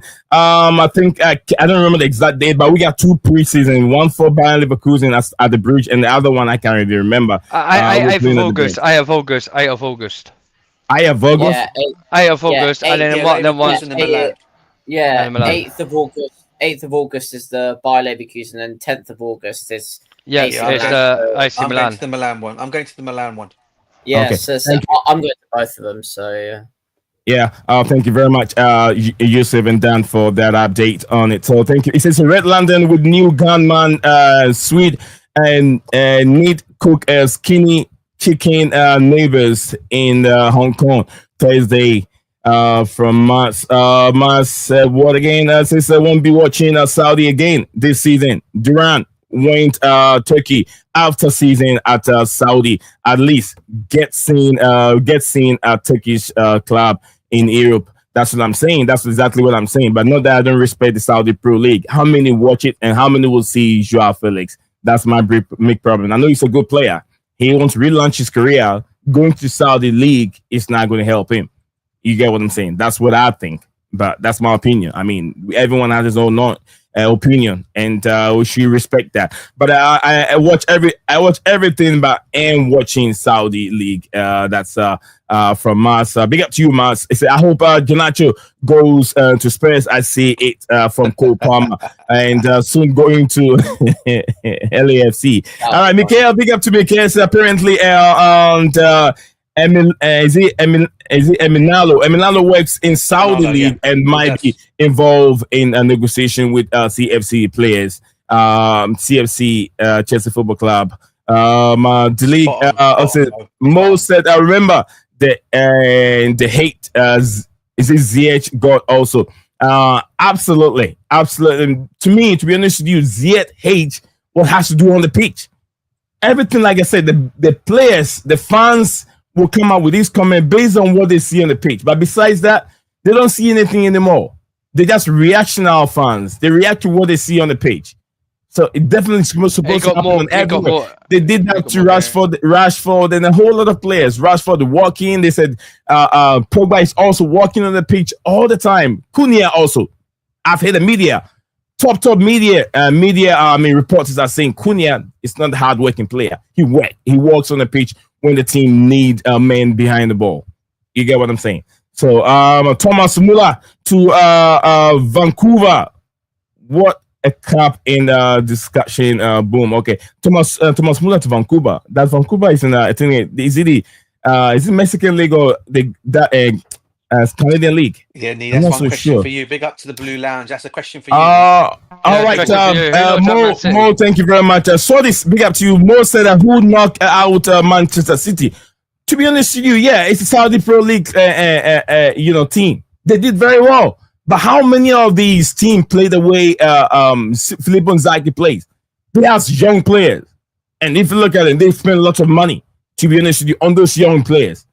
Most of the players that they spend this, I saw them in the league. I mean, in the Saudi Al Ahly or whatever they call them. They were top players. But how many of them are there in the whole league? And say top players playing that league, how many sees them? Some of them I didn't even know them. I didn't even know they were in the Saudi league until that Manchester City and Manchester City game. There are top players there. I'm not saying they don't have top players, but how many people will see them? That's my question. I'm not saying the league is bad. I'm saying, know how many people watches that league for them to see his performance each and every year. And competitive-wise, how competitive is the league for a top player like João Félix? I'm crying for him. I'm not bringing him down. I'm even crying for him that he's supposed to go a team that he can play in top competitions. I'm crying for him. I feel bad for him. Not bad for the league. But yeah, I get what you mean. Mo. Do you know the largest population in this planet, as in the Asia? We know also have Champions League. I know the Arab section has a lot of population. That is true, without a doubt. I know the Arab population has a lot of population as well, which is true. But then I don't want to go back on it. But it's a big question if you ask. People watching maybe not Europe, which is true, where the competition is in Europe. That's the problem. Saudi, everyone is watching, but the competition is in Europe. Without money, I don't even think the Saudi can even match up to what the Europeans are providing without the money. But money does everything. Money does everything, which is true. And Saudi said if Sesko goes to United, Jackson is now in Newcastle. It's very, very possible. And they again initially talk with Chelsea from Saudis. Thank you very much, Saudis. Keep it coming. Let me go to Dan. It's taking for too long. Dan's having so much patience. Dan, thank you for the patience, having that patience with me. Jump in if you're ready, Dan. Yeah, I'm here. Literally, I'm gonna just say one thing to uni. As everyone knows, I never rated João Félix. That's my Chelsea, as DJ knows, right? But the situation with João Félix, yeah, we see the talent of a player at when he was at Benfica, Atletico Madrid, didn't work well. The attitude there with Simmons. Come to Chelsea that season alone, played a few games, got himself sent off at Fulham with the little tuggle slight thing, but improved a lot. But we couldn't finish the goals in the Champions League at the time. Second time round, we give João Félix the opportunity, brought him in. I don't understand why we go ahead and brought him in the second place, because full well we didn't see him that much in the games. But the guy never got no chance, He never got the chance to play for the professional football at Chelsea Football Club with Cole Palmer being injured. Like DJ said, if Cole Palmer, when he was injured, he could have the opportunity of the manager to play him instead of Cole Palmer and let Cole Palmer have a rest, and didn't get a chance. And the Conference League, right, Lee? No one cares about this Mickey Mouse Conference League. And, I do. It's a trophy. I do care about it. Hang on. We heard what you said. Yeah, I know you probably do. Yeah, it's a trophy. But you're playing teams in that. You played in that teams in the Conference League are basically workers and pub teams, like play for their pub national, like in that league.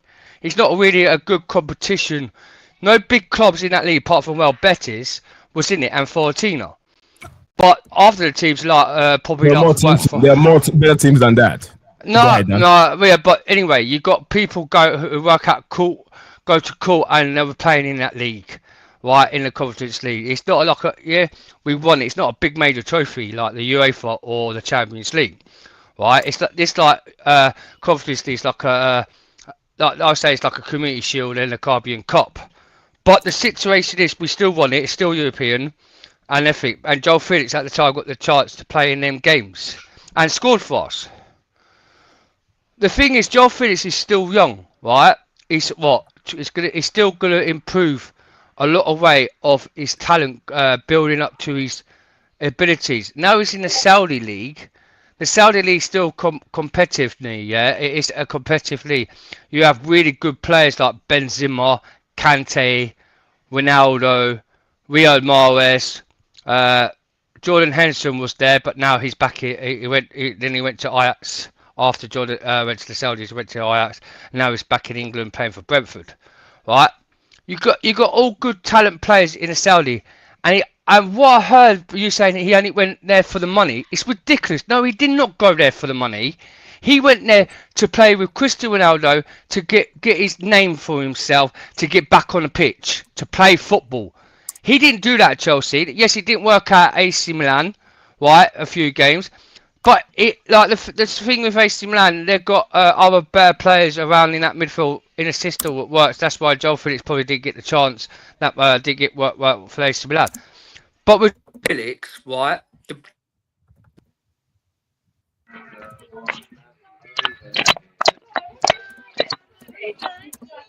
Are you there, Dan? I think we have a communication problem here with Dan. Here, just like Dan was saying. didn't Dan, are you get back? the kid didn't get the chance. The kid didn't get the chance. And if Enzo Maresca and all these other managers, if Enzo Maresca actually trusted him the last season, we would have probably seen a better in form in the Premier League. Yeah, we wouldn't really struggle to get to reach top 4, and we would have seen a better. But people say, oh, he didn't work in the system. It didn't work in Enzo Maresca's system. It didn't work.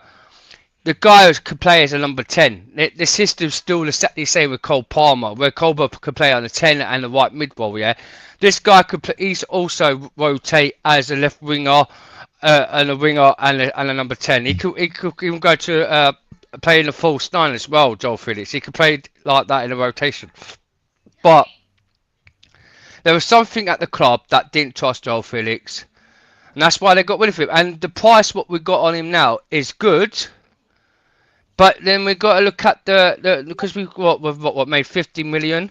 We bought him for 42, but the structure is like we didn't really pay out the full amount on João Félix. So whatever when we bought him off the club at Atletico Madrid afterwards, we probably still own half of the profit of the money. Once we get the money off the Saudis, we still got to pay about like what over 2-3 mil profit on that, yeah, to Atletico Madrid as well, because we still owe money to Atletico Madrid because when we signed was it a 7-year contract, and the bonuses of that still creates how like the money we will get off him now from the Saudis, we'll have to pay half of the slip of that money to the Atletico Madrid. But it's just I agree on DJ, and then with Hakim Ziyech, yeah. The guy got, yeah, like Mo says, yeah, how much hate Hakim Ziyech got, yeah, at Chelsea. But he got the chance to play more than João Félix, what he did this season. So we can't really compare Hakim Ziyech. Hakim Ziyech, yeah, weren't really a good fit for Chelsea. He did a bits than that, but he wasn't good enough for Chelsea. Where we saw it, yeah, Mike saw him at Ajax doing bits in the Champions League against Chelsea. But when he comes to Chelsea, he didn't really wasn't really our top player that was the best at Chelsea Football Club. He was like, I'm glad that Ziyech went, but with João Félix, you have I honestly true. I wish him good luck. I wish him the best at the Saudis. It's there for two years. After 2 years, he'll go to Benfica, and I'm guaranteed he'll ball out like what we all like DJ says, like the Mo Salah. When we didn't give him the chance, look at how it now. Look at he was one of the best winger in the world. Like Kevin De Bruyne, when we didn't give him a chance, he's now the best midfielder in the world. So now we've got another talent who's left Chelsea called João Félix, and now he might make no name for himself, and then now Chelsea are gonna forget it, and all the fans are gonna regret it. Because what happens if he does come brilliant and be the best player in the world? We've lost out again on a good player like called João Félix. Well, I'll say, did he get a chance at AC Milan? Well, yeah, he played a few games, but not a lot. Why? Why not a lot? Why?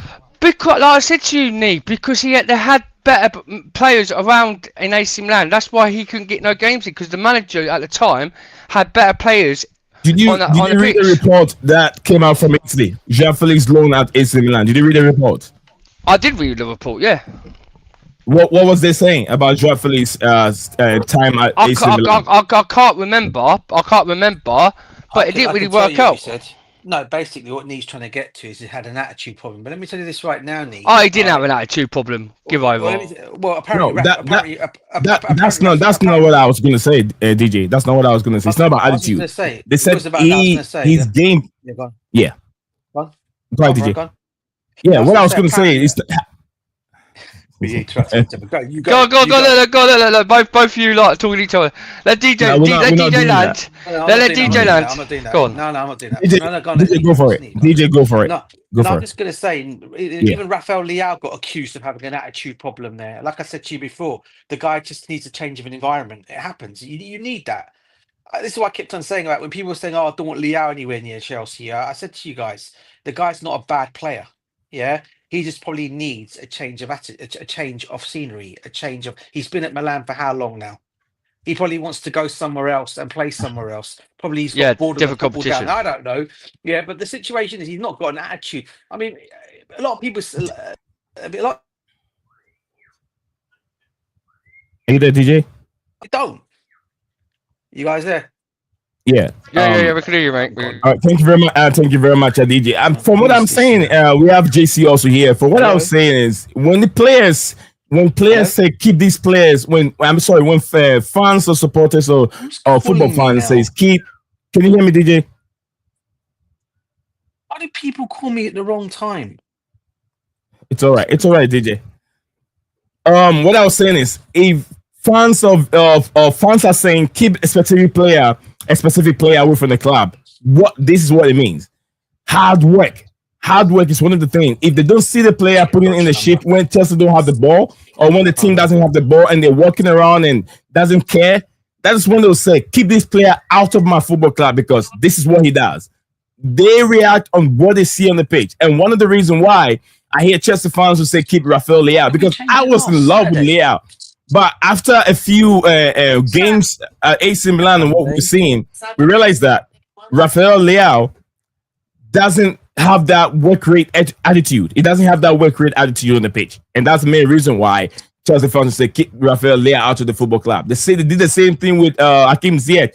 It's not about talent. Hakim Ziyech is a good footballer.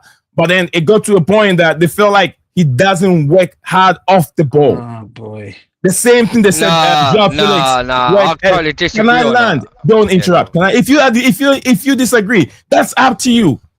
When you get a chance, disagree and debate on it. That's up to you. It's upsetted. But I'm telling you what I read from the fans. You're in the fan group. I'm in the fan group. I listen to what people are saying. And it's not just me saying it. What I see is what I'm also saying. That they said João Félix also doesn't work hard enough on the training ground. That is why he doesn't get game time. But Nee. That's what I read. Yeah, but Nee, that's what you read. That's like people PR brown envelopes. Yeah, sometimes waffle out crap like the time with Neymar situation when he's playing for PSG didn't work hard, but then the next minute he's on the pitch day in and day out helping all the young development players at PSG to be a better player. Then he goes on the pitch and plays for PSG and scores a hat trick. We've heard stories about this so many times in years to come, and it's nonsense. So why listen to brown envelopes? Yeah, PR crap with Rafael Leao. What do you mean by brown envelope PR crap? It's not coming from Chelsea. It is not coming from Chelsea. Listen to me. Listen to me. Listen to me. It is not coming from Chelsea. It is coming from the fans. Yeah, watching the game. But the fans. And it's true. Neymar doesn't work hard off the ball. Neymar doesn't work hard off the ball. Well, he doesn't work hard off the ball. Yes, he does. Yes, what we're hearing. Look, the thing with Neymar, right? He did, right? No. But he had a bad. He came with a bad injury, right? Fans do like the fans do come out with the party of like, oh, players don't work hard on the training ground. How do the fans know that they're not working hard in the training ground? They don't go to Coburn and watch them train every single day of the week. They don't go to the games and that. Like with the Rafael Leao situation, the guy at AC Milan, yeah, he might have an attitude because now he wants to like what DJ said. I am not saying it's an attitude problem. You were saying he might have attitude problem. I did not say he has an attitude problem. Joe Felix. That's not what I'm saying. Right, Joe Felix. No. Joe Felix with his attitude with Atletico Madrid, there was a story because people slated him on the pitch, right? Which goes with Rafael Leao. Rafael Leao was a competition, yeah. He's had enough in Syria now. He wants to come somewhere in the Premier League. And if he went to Chelsea Football Club, he might be a better player with a better system, with a better manager. And yet again, we're not going on Rafael Leao. That's not what we're talking about. We're talking about João Félix. If you're joining us live, we're discussing the transfer. We are talking about João Félix. Deal with João Félix. João Félix have made his move to Al Nassr. And I'm asking you guys' opinion on is it the right move for him? DJ has given us his view on it, and Dan has given his. He's not really giving us always fact. No. He's not really But telling us I've given the what it review. is. But anyway, I have done, yeah, because for Joel Felix now I have given the review because now he's at Al Sanari, he's going to put his name for himself, and he's going to come up with his name, yeah, to be a better player. And then watch now every single fan once he goes out and balls out for Saudis and he goes back to Benfica. You watch him improve to be a better player. Once again, yeah. Got rid of a player. I'm not biggest fan of Joel Felix. I'm not saying like DJ knows I'm not the biggest fan, but I feel sorry for the kid because he never got the chance for Chelsea to show what he could do at Chelsea Football Club in the Premier League. But now we've got rid of him, good price money. You're going to see a talent out there. It's gonna ball out. But good luck to Joel Felix. Well done to Joel Felix. That's what I'm going to say. All right, Todd. Thank you very much for that. Mo said we did not. Mo, I don't know. I'll talk to you later more on this. I'll talk to you later on this one. But thank you very much, Mo, for coming on as usual. I got a few comments here to catch. I'll come to JC is here with us. I'll come to the link. I'll come to JC here in a second. Okay.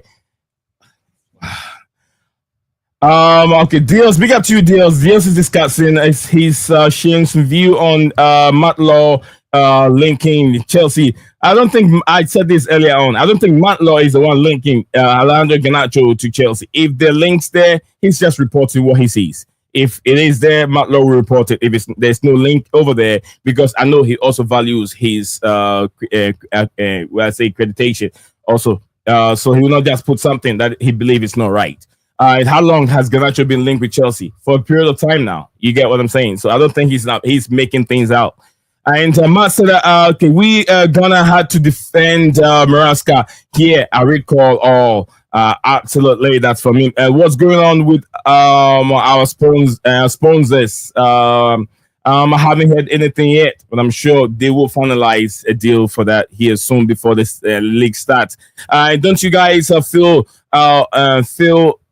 we're missing another 6 for Lavia cover? Because if Lavia isn't fit next season, we need a cover. I think that's why we have a Sugu and what's his name again, and Santos. I think that's why we have a Sugu and Santos still in the club, because I think Sugu still hasn't gone alone and it's not going anywhere. So I think that we should be okay in that aspect, unless I'm wrong on it. Michael says Joao need to be better at attacking back if loses the ball inside. From that, he is still a baller. Absolutely, that's what I was saying. Off the ball, work rate and hard work is not there, and a lot of people sees it. Just like Michael is saying it right now. He's also a fan. He watches again. He doesn't go to the stadium, but then he's watching on the stream, and we can now tell where is João Félix off the ball. His work rate, and those that even go to the game are also saying it. You get what I'm saying? And we've seen him at various clubs, top clubs, and none of them were willing to sign him. That's where my problem is coming from. I'm not saying he's not a good player. He is a good player, but we want to see João Félix play in the Champions League. Show what he's capable of doing. All right, more from Deals. Big up to you, Deals. He says Karen Dewsbury Hall gonna leave that leaves us with Santos, who is back up, Enzo, and Esugu back up for Caicedo. Where is Lavia's backup? Have you talked about Santos also? We haven't talked about Santos yet. So if you have talked about Esugu, we've talked about, and we've also talked about, we've talked about Santos here. So I think that I don't know what they have in mind. Lavia, I mean, he's not going to be out for all season. If I should put it that, if there's rotation, they're taking good care of him, maybe we can have him for majority of the season. And problem is, anyone hostile in is he harder than him will bench him on the competitive league, a competitive league like that. Like he's saying, if anyone is he's doing the work harder than him, will get a chance than João Félix. You get what I'm saying? Okay, will you take Felix at United, bro? That's from Scala. We lost Scala, so I don't think he will answer. But next time he joins the stream, I will send that to him. DLCFC, please don't mention two names, the source and the United target. Yeah. All right, the DLCFC, Newcastle, Man United battling out for Sesko. Have a feeling Newcastle will get Sesko. Man United will go get Watkins, and Villa will buy Alejandro Garnacho and Nicholas Jackson from Deals CFC. And okay, Canada MLS represents. Is it? I'm not so sure what Mikel is saying. Mikel lost me over here. We will get a centre back, even bringing Hato in. Hato can play as a centre back, but I don't think he's going to play in that position because we have two players playing the left centre back, Badishile and Levi Okoro. Those players will be in that role, and he's more for the left back role for Marco Corella. Deal said we will, and Deal's. What's Deal saying is what's going on with Broja and Chilwell. We ain't had no news on them. Outgoings is what we have to be looking into. Masani, Vancouver and Whitecap CFC, top club in MLS. West, respect, absolutely. MLS, I thought they were in the either Canadian League or I'm not so sure Vancouver, but I've heard of Vancouver many times over, but I'm not so sure at this time when we're talking. Deal said, is there a chance that Nkuku stays, or you reckon Bayern Munich will still make offer for Christopher Nkunku and him because Musiala injured? True, they wanted Stuttgart come Nick Voldmar. Nick Voltman. I know the player that will also link with him. Yeah, he's a striker. It's a striker as well. It was a striker. Yeah, a striker cam type. Yeah. All right. Deal said link. Says liked secured. Run up the likes. Okay. It helps the channel. Okay, he's talking about the likes, guys. He's talking about the likes. If you haven't dropped, I haven't said much because I feel like I'm bugging you guys, I'm bothering you guys with the like, saying it too many times. So I just go a few minutes without saying it. It helps the channel a little bit. It helps a lot. Not a little bit. It helps a lot. Your likes that you drop on the channel helps a lot if you're enjoying the conversation. And from the debate from the channel and in the panel also, DJ said that DJ panel is lucky I wasn't invited to this stream, but I got your back. Mo, you got it all wrong. Mo, sometimes I've done the same thing with JC. I had the same thing with JC. My problem is sometimes I don't want to feel like bugging you guys, or when you guys are busy and I'm throwing the link all the time to you guys. So I try to give you a period of time, and then let's say two streams or a stream after, then I send the link again. But JC said DJ told me it doesn't matter. Just send it over to me. Send it over to me when I have a chance. I'll send it. I'll join. You get what I'm saying? DJ, remember you saying that to me? There are days that I don't send the link over to you, but DJ will say send it over to me. So I don't know Mo, I don't know your time, so I'll just talk to you later on this, so I can get you on all the time. And since catch you guys later from Mo. Deal said Mo, you're back being minutes. Remember the days that DJ Bobby and Button Ballers were just at your show. Absolutely, Mo's legend. All right, he says, I think the dance started. AC Milano had better players around them. Chelsea, FC, Felix. Wow. So, yeah, you're saying that. So, if AC Milan has better players, what about Chelsea? If because of AC Milan has better players around them, and that's why. And the same thing Michael said. If a player is working harder than João Felix, they'll get the odd over João Felix. And the same thing you said, if you have players at AC Milan, better players at AC Milan, he wasn't getting the chance. How do you expect João Felix to get a chance at Chelsea? It's never going to happen. I just explained. No, hold on. I just explained that to you, what he was, Mas was trying to say. And Rafael Donwick Instead, he doesn't work. He only work when going forward. He doesn't work off the ball. That's from Omar. Big up to you, Omar. Thank you very much. Also, trying to help me make my points there. AC Milan, the better players than Chelsea. From Chelsea, Dan. Wow. I heard that. See, That's no, didn't I? See, no. Hold on. With an Arsenal fan, it's confusing. It's confusing. No. It's not confusing, Dan. Hold on. No, I'm saying he's confusing himself. No, Dan, hold on. They are saying what they had you said. But I didn't say that. I didn't say it's better than Chelsea. I didn't say it's better than Chelsea. It did not. No, that's exactly what you're trying to refer to. If you said they have better players around at AC Milan, that's why the manager did not use him. You're trying to say they have better players than Chelsea. The same thing you're saying. Oh, no, but that's what it sums up to. Didn't say it. No, but you don't have to say it. But when you say stuff like that, that's exactly what you're trying to say. No, but no, I didn't say. I'm just saying the AC Milan had better players around them that plays in the system.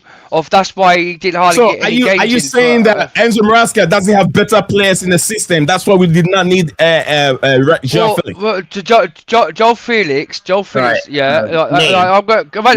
Wait. Go, give me a second. Right, you asked me a question here, right? So, João Felix is better than Nuno Madueke. João Felix was better than who was our other wing? Modric. João Felix was better than Nicholas Jackson. But then Cole Palmer, what was he? Yeah, Sancho. Jadon Sancho is. I think Jadon Sancho and João Felix, yeah, are totally different players. But Sancho was probably better where he was playing. But even Sancho was only on the sub bench. So I'm saying. We had better play. We had João Felix could have been better than Nuno Madueke and also better than Modric on the wings. And who was our other left wing? Who else? We had the other left wingers. Who was at the time? Neto was there. Better Neto. Yeah. Well, no, we got Neto in January. Who was before Neto on the wings? This was the Madueke in the place you've mentioned. Madueke was there. João Felix would have been better than Raheem Sterling, right? Sterling who else was our left wingers? We had so many different. We had after Neto. We had Nuno Madueke. We had Nuno Madueke. I can't remember. Right, we had then Sterling was there. So then we also had left winger. João Felix could rotate to wingers. He could play as wingers and is in a cam. So he would have been better still. No matter what, he would have been better than Nuno Madueke, and we've still conceded. What is his best position?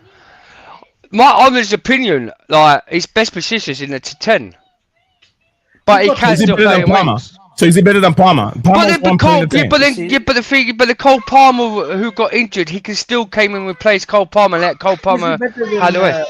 This is what I said. There's no point debating anything. Fernandes there. Is he better than Fernandes? You know, it's pointless debating things. As I said earlier, he's much better than Angelo Fernandes. He's much better than Angelo Fernandes. Chelsea fans will not give this guy, guys. This is what I'm saying. I'm not debating with you guys because, like I said, when there's dislike to a player, there's no point even trying to convince anybody because 100%. You made up your mind on the player. Okay, as far as you guys are concerned, he's not good enough. So he's gone now, at the end of the day. So, it's no point. I mean, that's why I said Chelsea fans, this is what I'm going to say. We always talk about how bad other fan bases are, yeah? And we always talk about, we should look at our fan base. Because every player that comes in that doesn't work out, we're on their back so quickly to get them out of the club. It's shocking how unbelievable that is. And that's exactly what's happened with Chelsea. Remember when we brought Cucurella in? Remember how bad Cucurella. They wanted him gone as well. Remember how quick the fans were getting on his back for Cucurella. Yep. And people like with Nkunku. And people with Nkunku. And Nkunku's like, what? Because he's been injured, yeah? Now they want him out. The thing is, Nkunku's better than Enzo Fernandez. João Felix is better than Enzo Fernandez. It's now JC. Let JC come in, bro. I want to hear what Dan. I want to see what JC. Go on, JC. Sorry, bro. Big up to you, by the way. Yeah. Big up. Let's be honest here. He went in January on loan, right? In January it was like December, January, and the reason was like he's managed by Nuno Mendes, and Mendes said like he needs this move. So that the value of João Felix does not drop down. So the priority was to maintain his market value. That's why he moved. so that he gets more game time probably in AC Milan, and he can prove himself there, and so that his value does not drop down. Now, since then, it didn't work out very well, but let's hope it works out well playing together with Ronaldo and Al Ahly he's got. I looked at Club World Cup. Saudi League is very competitive. There are good teams there. So hopefully he balls out and his value rises, and then Chelsea gets a sell-on cross. Good luck to him.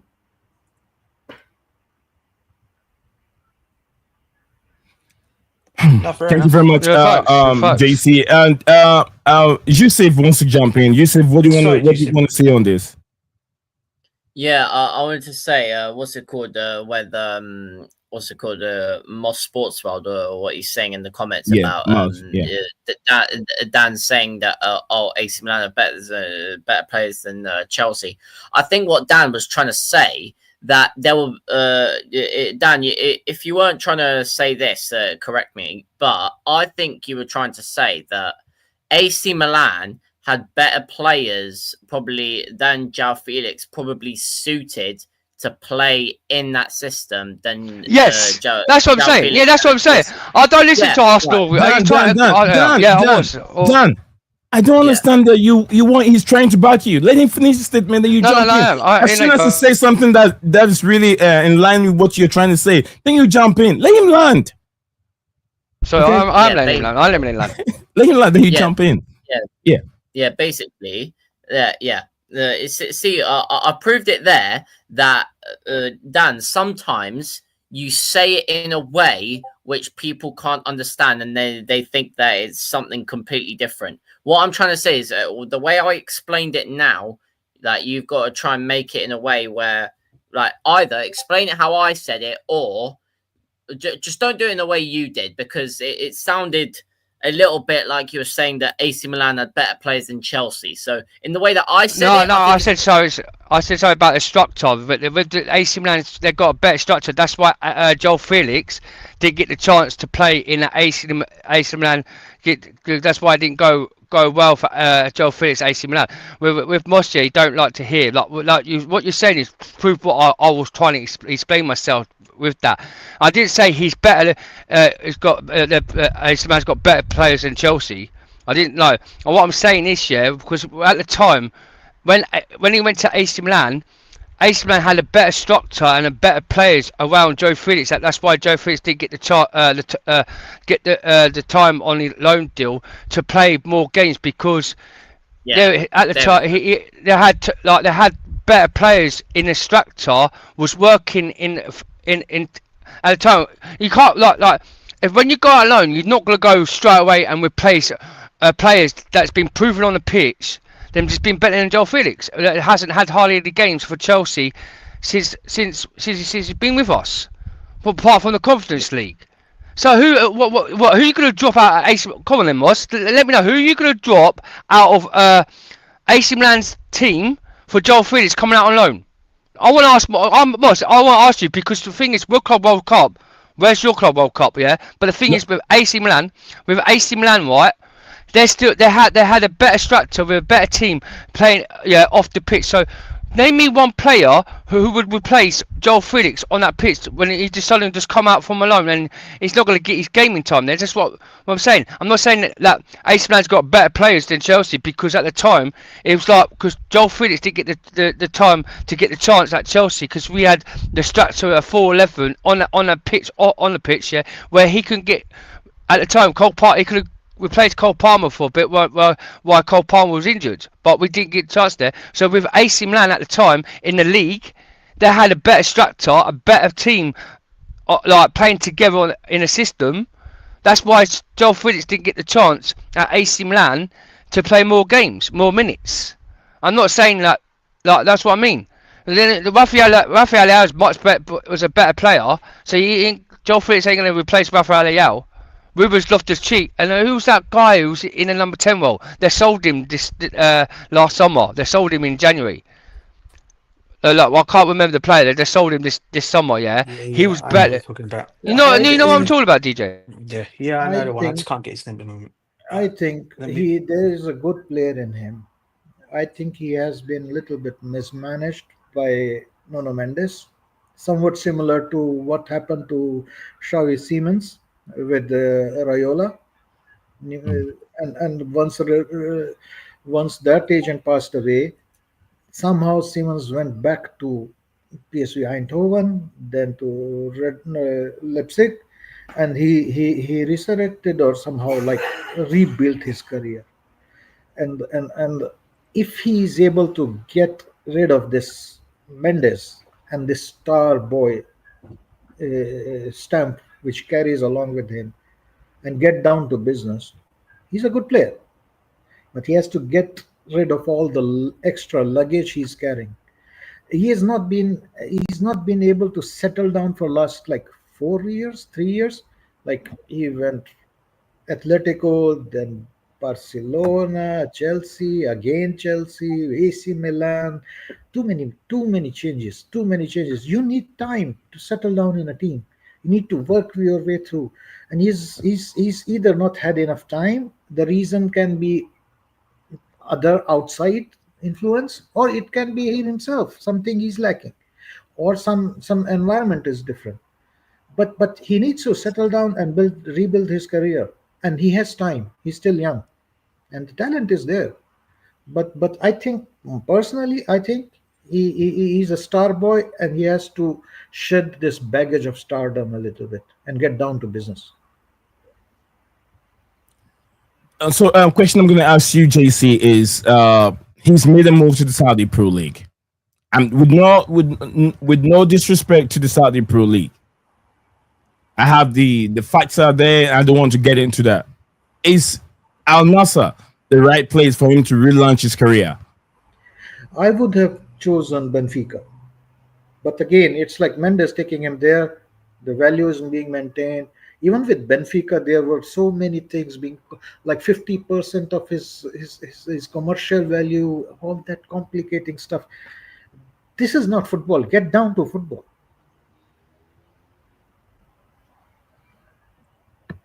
All right. So, DJ.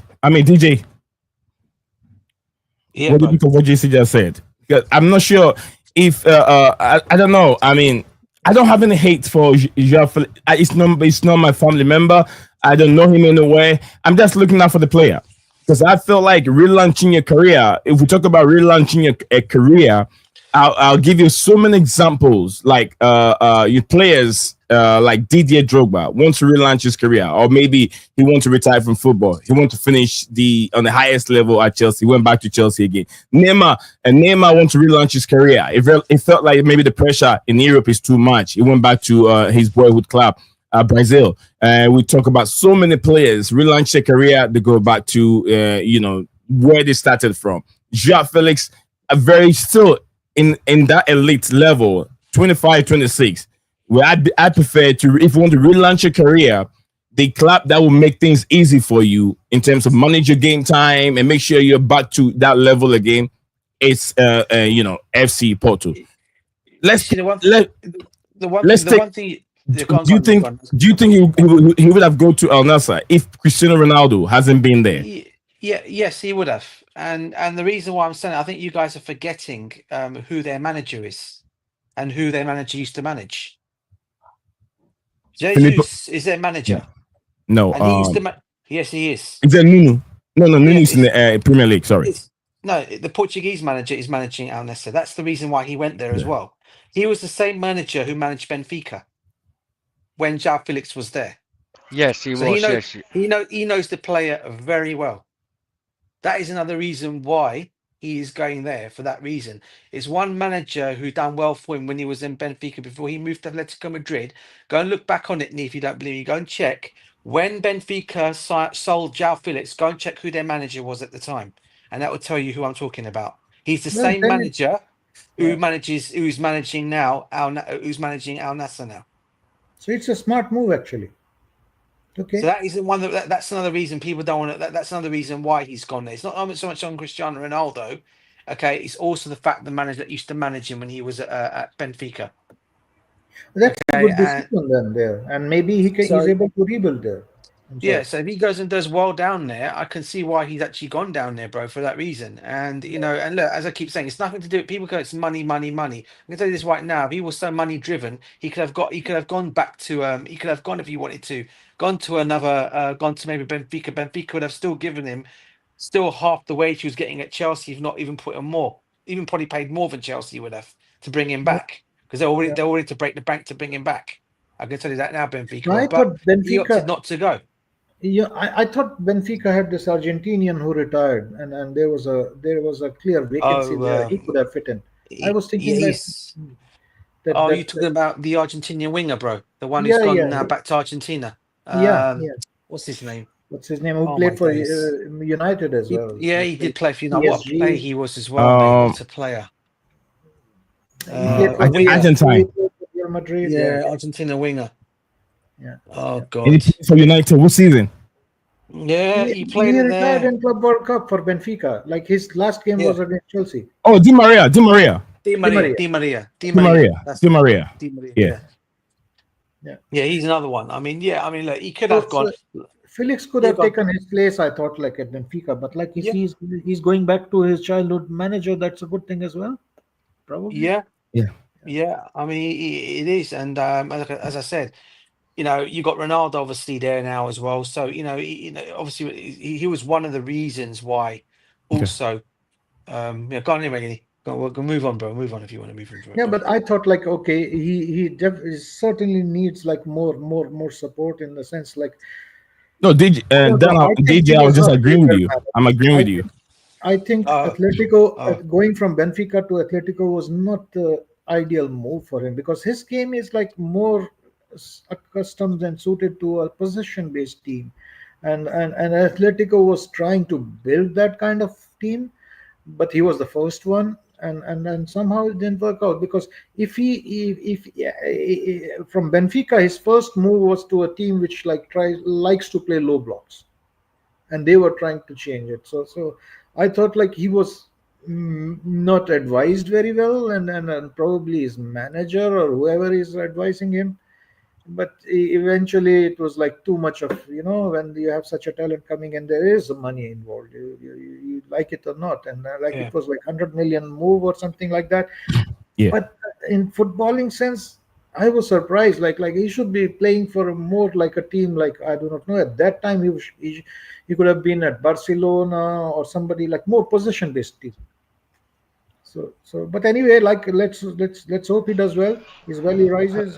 Could I just say something about João Felix for a minute? Yeah, the thing with just quickly before we go change the subject, right? With João Felix, when he went to Benfica, you see him improving the abilities as a kid, like playing really well.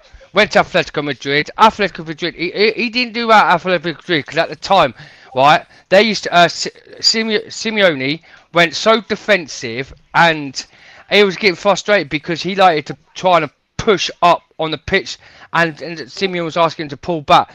Well, that's why he weren't happy at Atletico Madrid because the structure of Simeone's formation when he was playing defensive role, João Felix was more like an attacking, so he was getting fed up. Like he could like asking Simeone, "You could trust me to feed the ball into Alvaro Morata to get the goals," but that didn't work out. It didn't work out. That's why attitude didn't work out there. That's why then in that next minute he wanted to leave, and then that's when he got sold from Atletico Madrid.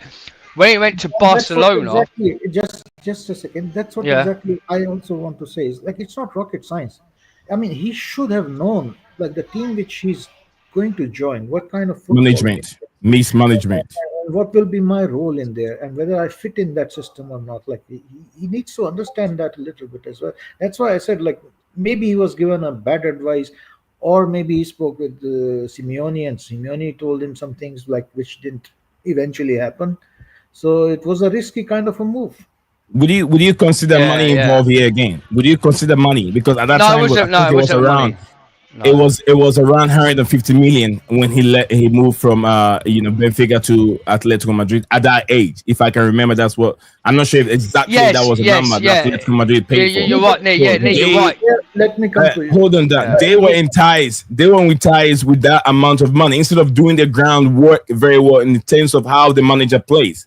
Would it fit my style before moving into that football club? Although the money was very high.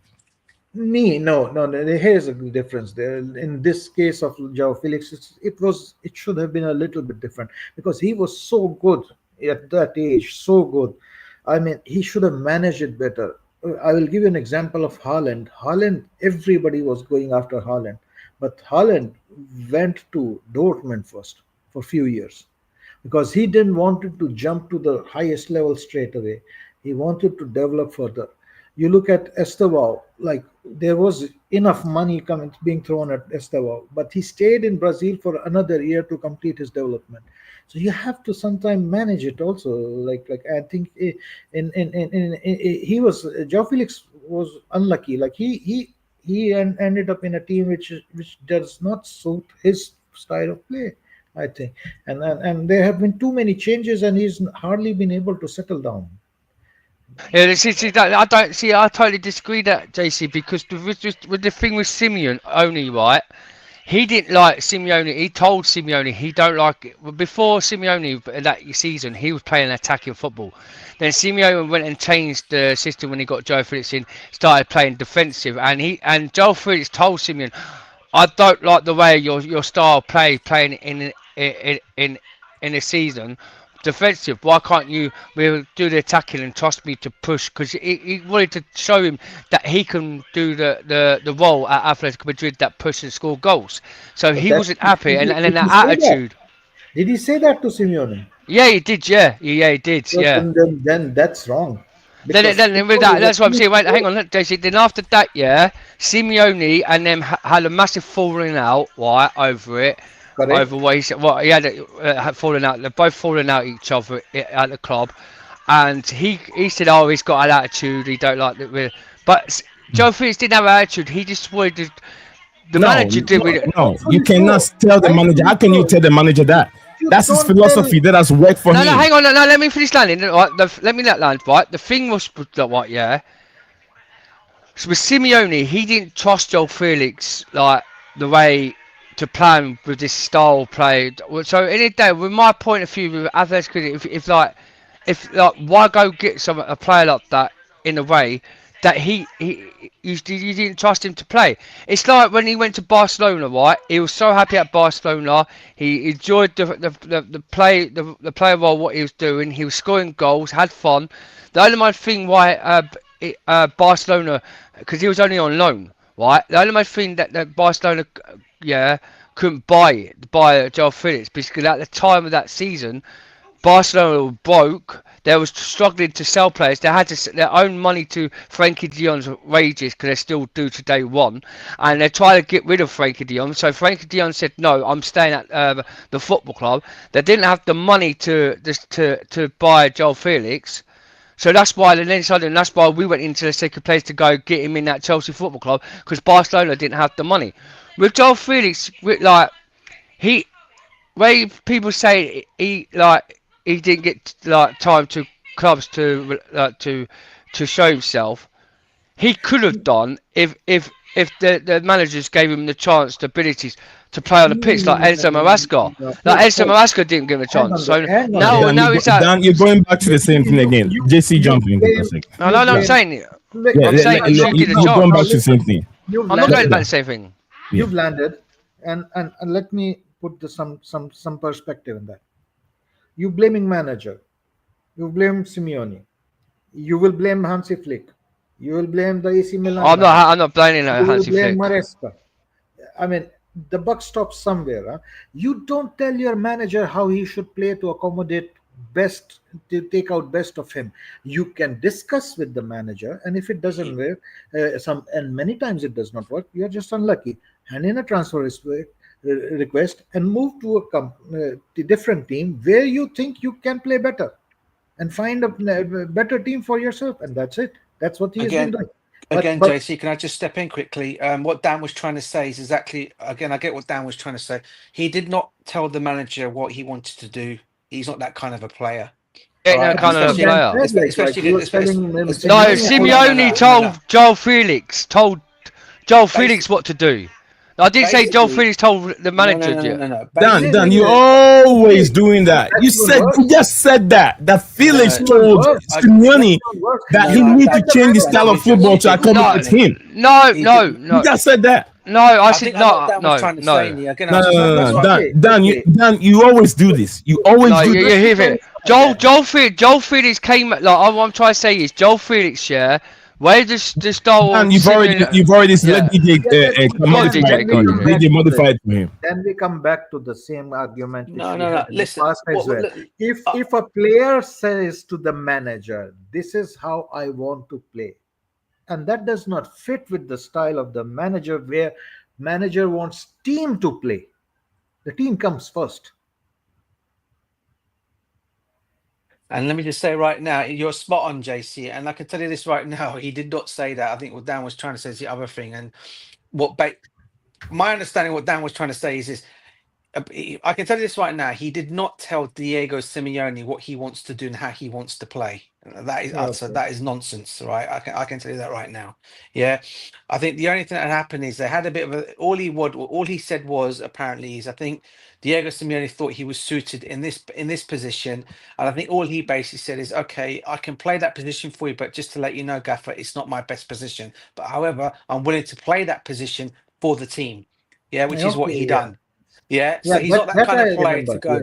So that kind of player, yes, that's not the kind. He wouldn't go and tell Diego, especially Diego Simeone. You don't go and tell a manager that. He was doing well. He'll tell you straight. No. But what I'm trying to say is, DJ, that's what I mean. Like the position that he was saying, yeah. So that's why Simeone and them two had a massive falling out, and that's why he wanted João Felix out of the club. Because once he told Simeone that, yeah, he weren't happy. He didn't like the way it was. Dan, please let me ask DJ, please. DJ, if I remember correctly, please can you verify, because I am not sure, but I think he was playing behind Griezmann. Correct. Yeah. So he wanted to be like in the front two or something like that. Like he wants to like come off the striker. One of those roles. He wanted to do something like that, and Diego Simeone said, "No, I think you're not. I don't think it's good for you. This is your position here."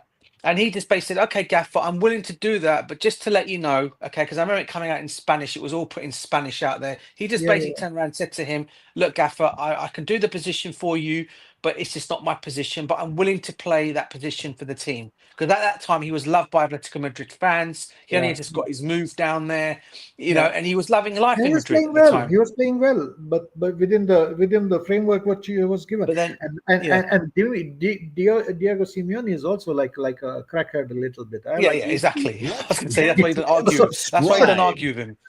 You don't argue with him. Oh my! You don't argue with Diego Simeone. You don't argue with Simeone. Well, you just said that. Check the fact before you bring it out, because you always know what you're saying, Dan. I always tell you that. Because what you said. Hold on, Dan. That's what I believe, man. Let me explain. I'm saying you don't explain anything. But they did have an argument. They're both falling out. But they did both falling out. Hold on. But yeah. Why did they fall out? You said what they said. You said over here, I can play it back for you. I record everything. I can replay it back for you right now. I've literally just everyone heard you, and we're all going to tell you that. Right, nee. I've got something to just prove. I just typed up on the thing, about João Felix and Diego Simeone. Yeah, we'll see that later. We'll see that. I'll read it out and share it to you later, because the thing is it's actually black and white that João Felix and Simeone did have an argument over a rotation. And we all know that. Everyone knows that. Up to what? But you don't. But you're trying to say I'm waffling. I don't think that was right. I don't think that if it's right from a player. And I'll tell you this: I've seen football. I play some myself, and every good player, I'll tell you, will strive, will do better in every position you put him. If the player is that good, I'm not saying João Félix is not good. He's a good player, but he has to work hard a little bit. Maybe he works out, but sometimes it does not work out with the team. But please allow me to have this continuation of this discussion with DJ, because this is really, really intelligent, and this is really the truth. I mean, this is hitting the nail on the spot, really. So, DJ, my question to you is, Felix, and he's a Portuguese guy, you've been following him. Would you say if he got a role somewhat similar to something like Gabriel Gabriel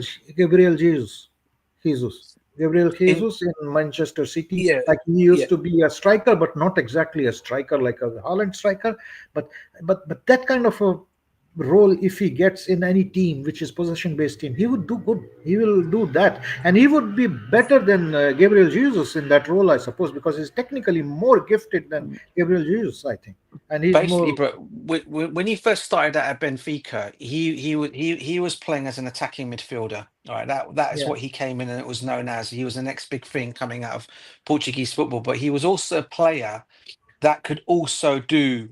He could also false come off nine. any of the wings as well, whether it be off the left, off the right. But Yeah, the manager at the time, I think it was Bruno Lage, and then you had Jesus who came in afterwards. Thought his best position for him is actually behind a striker, playing as that number 10 role. Like a Yeah, false nine, false eight, yeah, number like eight, an number attacking, eight. yeah, Yeah. like the Cole Palmer attacking midfield star role yeah, Yeah, behind yeah, the number striker. eight, like a number eight Yeah. and a number 10 role. Yeah. Yeah, yeah, so basically that's what his best position was, and he grew up. That's how I grew up watching Joe. That's how when I say grew up. This is how when João Felix came onto the scene. That's what I watched off João Felix coming through the ranks at Benfica. Because as I yeah, follow this kid's career, a lot of the Portuguese players, I follow their careers big time from them when they come out to where they are, from Ronaldo, Figo, go back as far as even Pauleta and all these players that all came onto the scene in Portugal, right? Okay, yeah, and for me, he was the next big thing. Come, obviously, we had Ricardo Quaresma as well, who was another big thing coming out of Portuguese football. Okay, but yeah, he, I think, out of the lot, they said that out of the lot, you had at the three at the time, you had Ronaldo, then Quaresma, and then you had João Felix coming after that. And then obviously you had Leao following protocol after that, also following suit. So they had quite a few of them coming out. But his position, I remember he used to score some blinding goals. And I remember that is why every other club was chasing this kid. And this is why everyone was shocked. When he made that move to Atletico Madrid, you had the likes of Real Madrid and Barcelona chasing this kid for years. And he yeah, ended up going to Atletico Madrid on a 7-year contract, which was the largest contract at the time, by the way, of the yeah. biggest contract at the time when he signed for them. And yeah, unfortunately, as I said, all he basically said, it wasn't an argument with the manager. It was no fight. Okay, he got on with it. He just had, all he told Diego Massioni, it was made public. Okay, but they took it. I think the reason why Dan is taking it the way that he's taken it, because I know how outlets tried to make something big and tried to make something small into something so big, which it wasn't. Yeah, all he Yeah. basically Yeah. That's what I'm saying. Because because it was DJ, yeah, because yeah. when before all rumors come out with João Felix with Diego Simeone at Atletico Madrid. There's parts out there, the journalists and all big on the news, that Diego Simeone and João Felix had a massive argument. He's saying he weren't happy with the formation, that the style of Simeone's playing, because it weren't enough attacking, because he wanted to be like that attacker and didn't trust the player. There was a big statement about João Felix and Simeone and massive argument, and that's why Atletico Madrid was forced to sell him as soon as possible that season to get rid of João Felix. Like what I say with JC, like what I was trying to explain to myself is like with the João Felix situation, right? The play with him being uncomfortable. I wouldn't say he wasn't uncomfortable, because at Atletico Madrid, like DJ said, he was so comfortable playing. But then suddenly, when Simeone decided to go to park the bus, do this like formation, park the bus, Jose Mourinho's tactics, right? That's when you saw Felix getting the bit DJ, well, but the bit Joel Felix, like basically people like he was getting like, what's the word of that, where he couldn't play that position. He was getting so uncomfortable, and he was like you said, like, I don't play that position. My best position is the other attacking. But because before he was playing behind Griezmann, it wasn't enough attacking in it. And when you see there was attitude on the pitch, because you could actually see the attitude on the pitch. They were talking about the attitude on the pitch of João Felix, right, on the pitch. Can I conclude now? Can I conclude? Make a conclusion from my side. Let us hope. This is apparently a talented kid, but it's like the things have not been falling in places for him. He has JC, I won't go back to the João Felix again, so I want you to wrap up with João Felix, then we can move on. Some kind of sort of wrapping it We're up. not going to get anywhere with this. I wish him all the best, and hopefully he balls out in some other team. He reinvents, like he rebuilds his career, and I'm pretty sure he has the tools to do that. So let's hope he does that. And we are also getting a similar kind of boy who is already in the first, like he's already on the second. He's already crossed a couple of ladders in that, and that's Xavi Simons. And I hope Xavi Simons is on a path of redemption, and he balls out as well, and he does very well for us as well. And if we lose out on João Félix in future, João Félix is very good. Then let's hope that we will have Simons as a bowler who has a story with us. So football is big, and everybody will have his place. So let's there is a bit of regret for some people. He left, but okay, wish him good luck. But then we also have another story building here. So let's hope Xavi Simons will be Chelsea's success story. I hope he will be. I hope he will. Good luck to João Félix with his his upcoming season at the Saudi League, and with Al Nassr. Good luck to you. I hope that he learns a lot from the legend, to the GOAT himself. What's his name? CR7. Thank you very much, guys, on these João Félix. Mikhail, thank you very much. He says, I knew we were bored, but bringing up what Matlow says smacks of desperation. The guy's always taking the piss, make living off trolling Chelsea FC fans. That's for Matt Law. And Matt said that João Félix wants work with CR7, so can get into Portugal with the Portuguese World Cup team. But he's already in the Portuguese national team. From Matt. Yeah. Repent Takima said it's not easy for young players to handle big money transfers. So João Félix had gone through a lot in football. Will let him go to Saudi Pro League to start something new, which absolutely, if indeed the decision that he took is right, we all wish him the best. Mar said, did Chelsea get the superlative talent of Xavi Simons? I think it is close. The deal is very, very close. We hope that they can get it done. Also, Mars and DJ said that here we go for Hato. I'll get to that. I thought it was coming from Fabrizio, but he said it's incoming. So Enzo was crying. Do what, Steven? DJ. No, nothing, bro. I said that was from Mo, I think. Big up to Mo, by the way, for taking up. Yeah, big up, Mo. But where's that come from? Just quickly, Mo, where's that come out of? Here we go. Look, here we go. Incoming. Where's he found that from? Because I'm looking at his own source. Yeah. Oh, his own source. Yeah.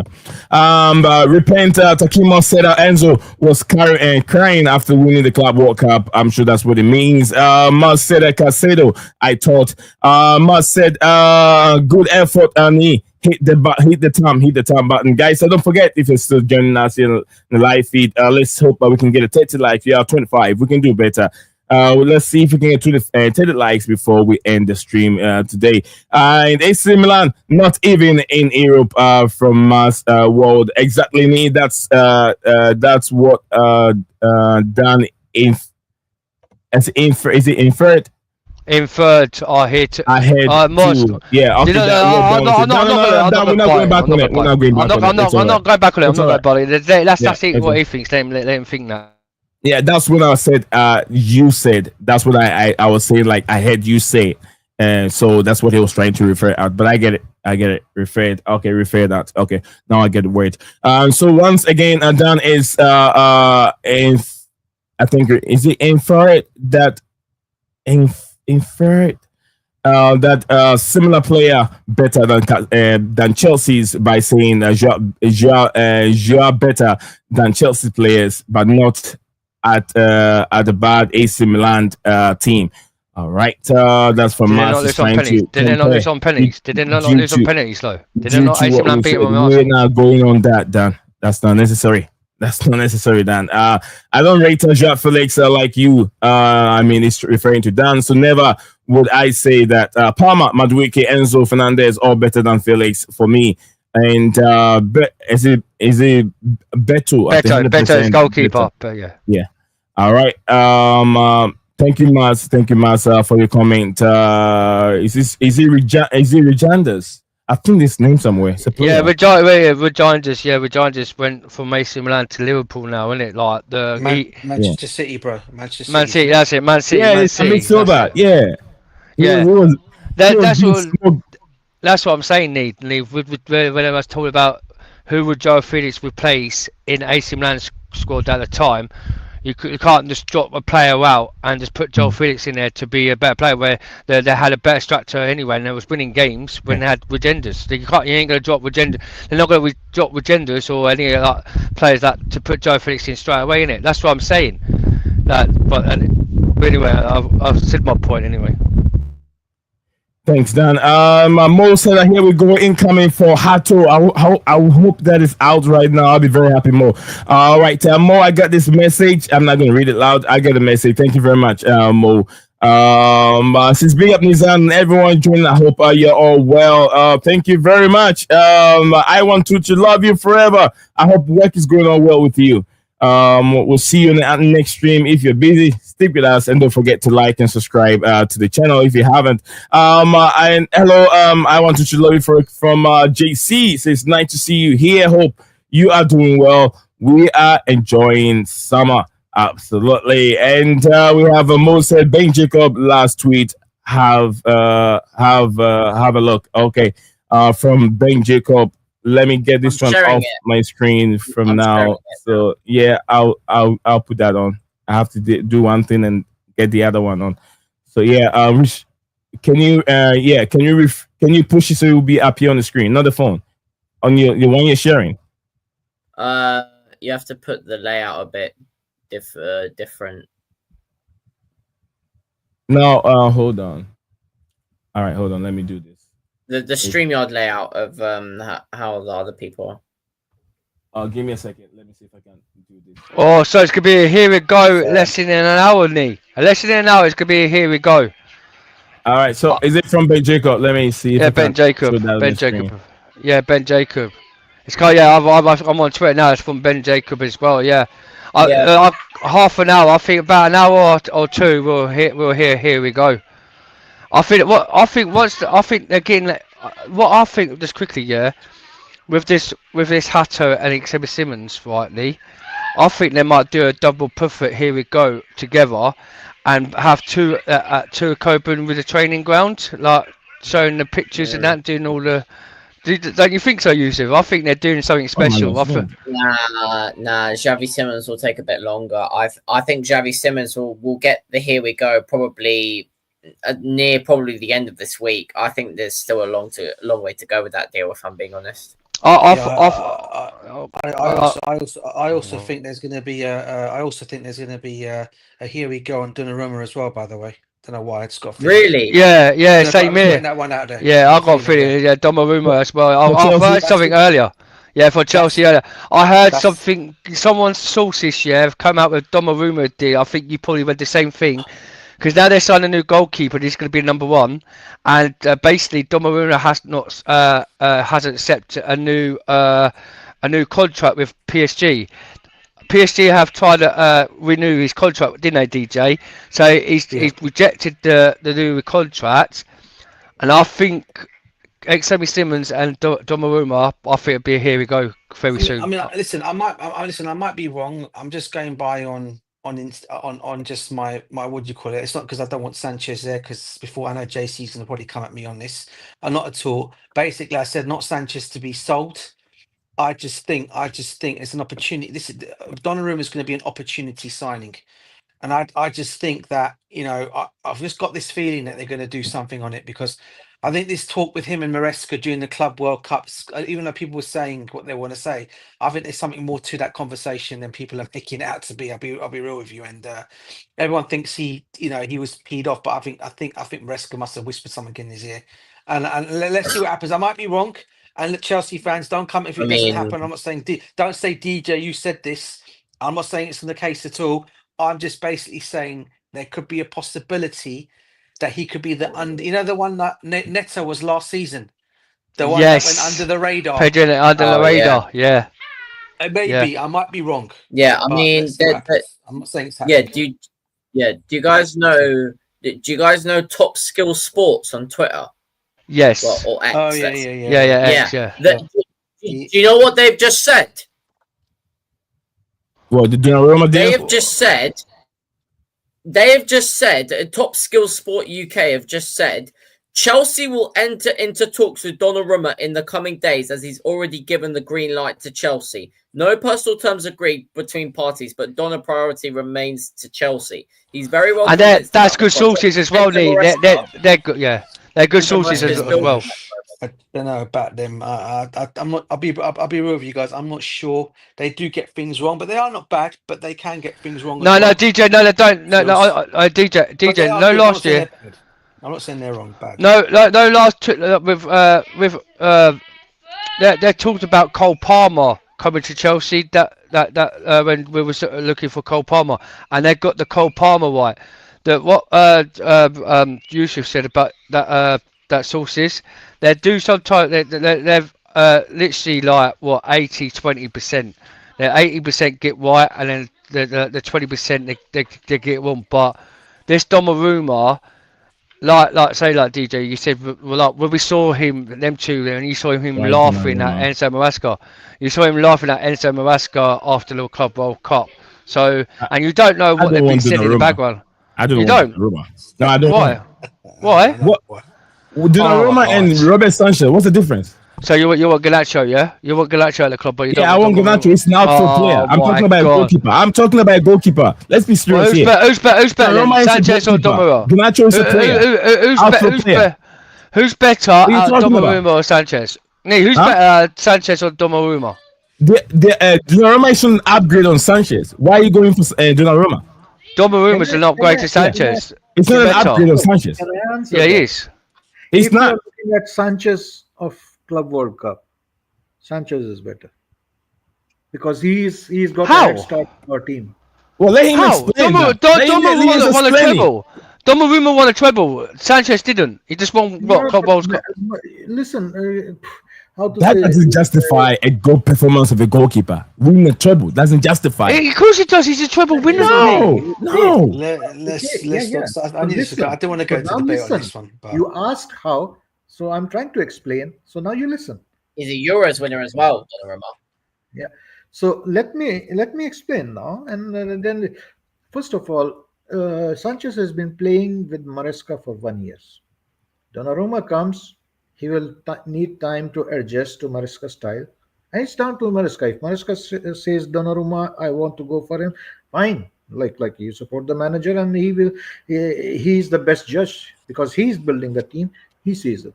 My assumption, my guess is Maresca needs a goalkeeper who plays with his feet and who becomes a part of the back line. Donnarumma is not a dribbler.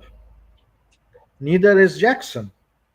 But Donnarumma isn't a Messi either. When you look at shot stopping and you look at errors, Donnarumma didn't have a very good season as well. I mean, Petrovic outballed him in League One. Yeah, and if you look at the Club World Cup, believe me, Sanchez's performances were better. So if we are getting one game, did you see? One game, yeah, one game.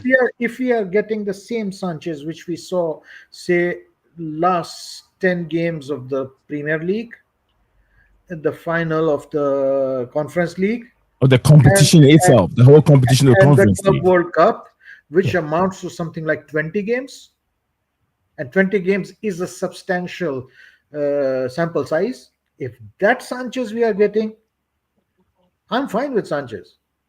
All right, JC. All right, JC. Okay. He's not a bad goalkeeper. He's also a good shot stopper.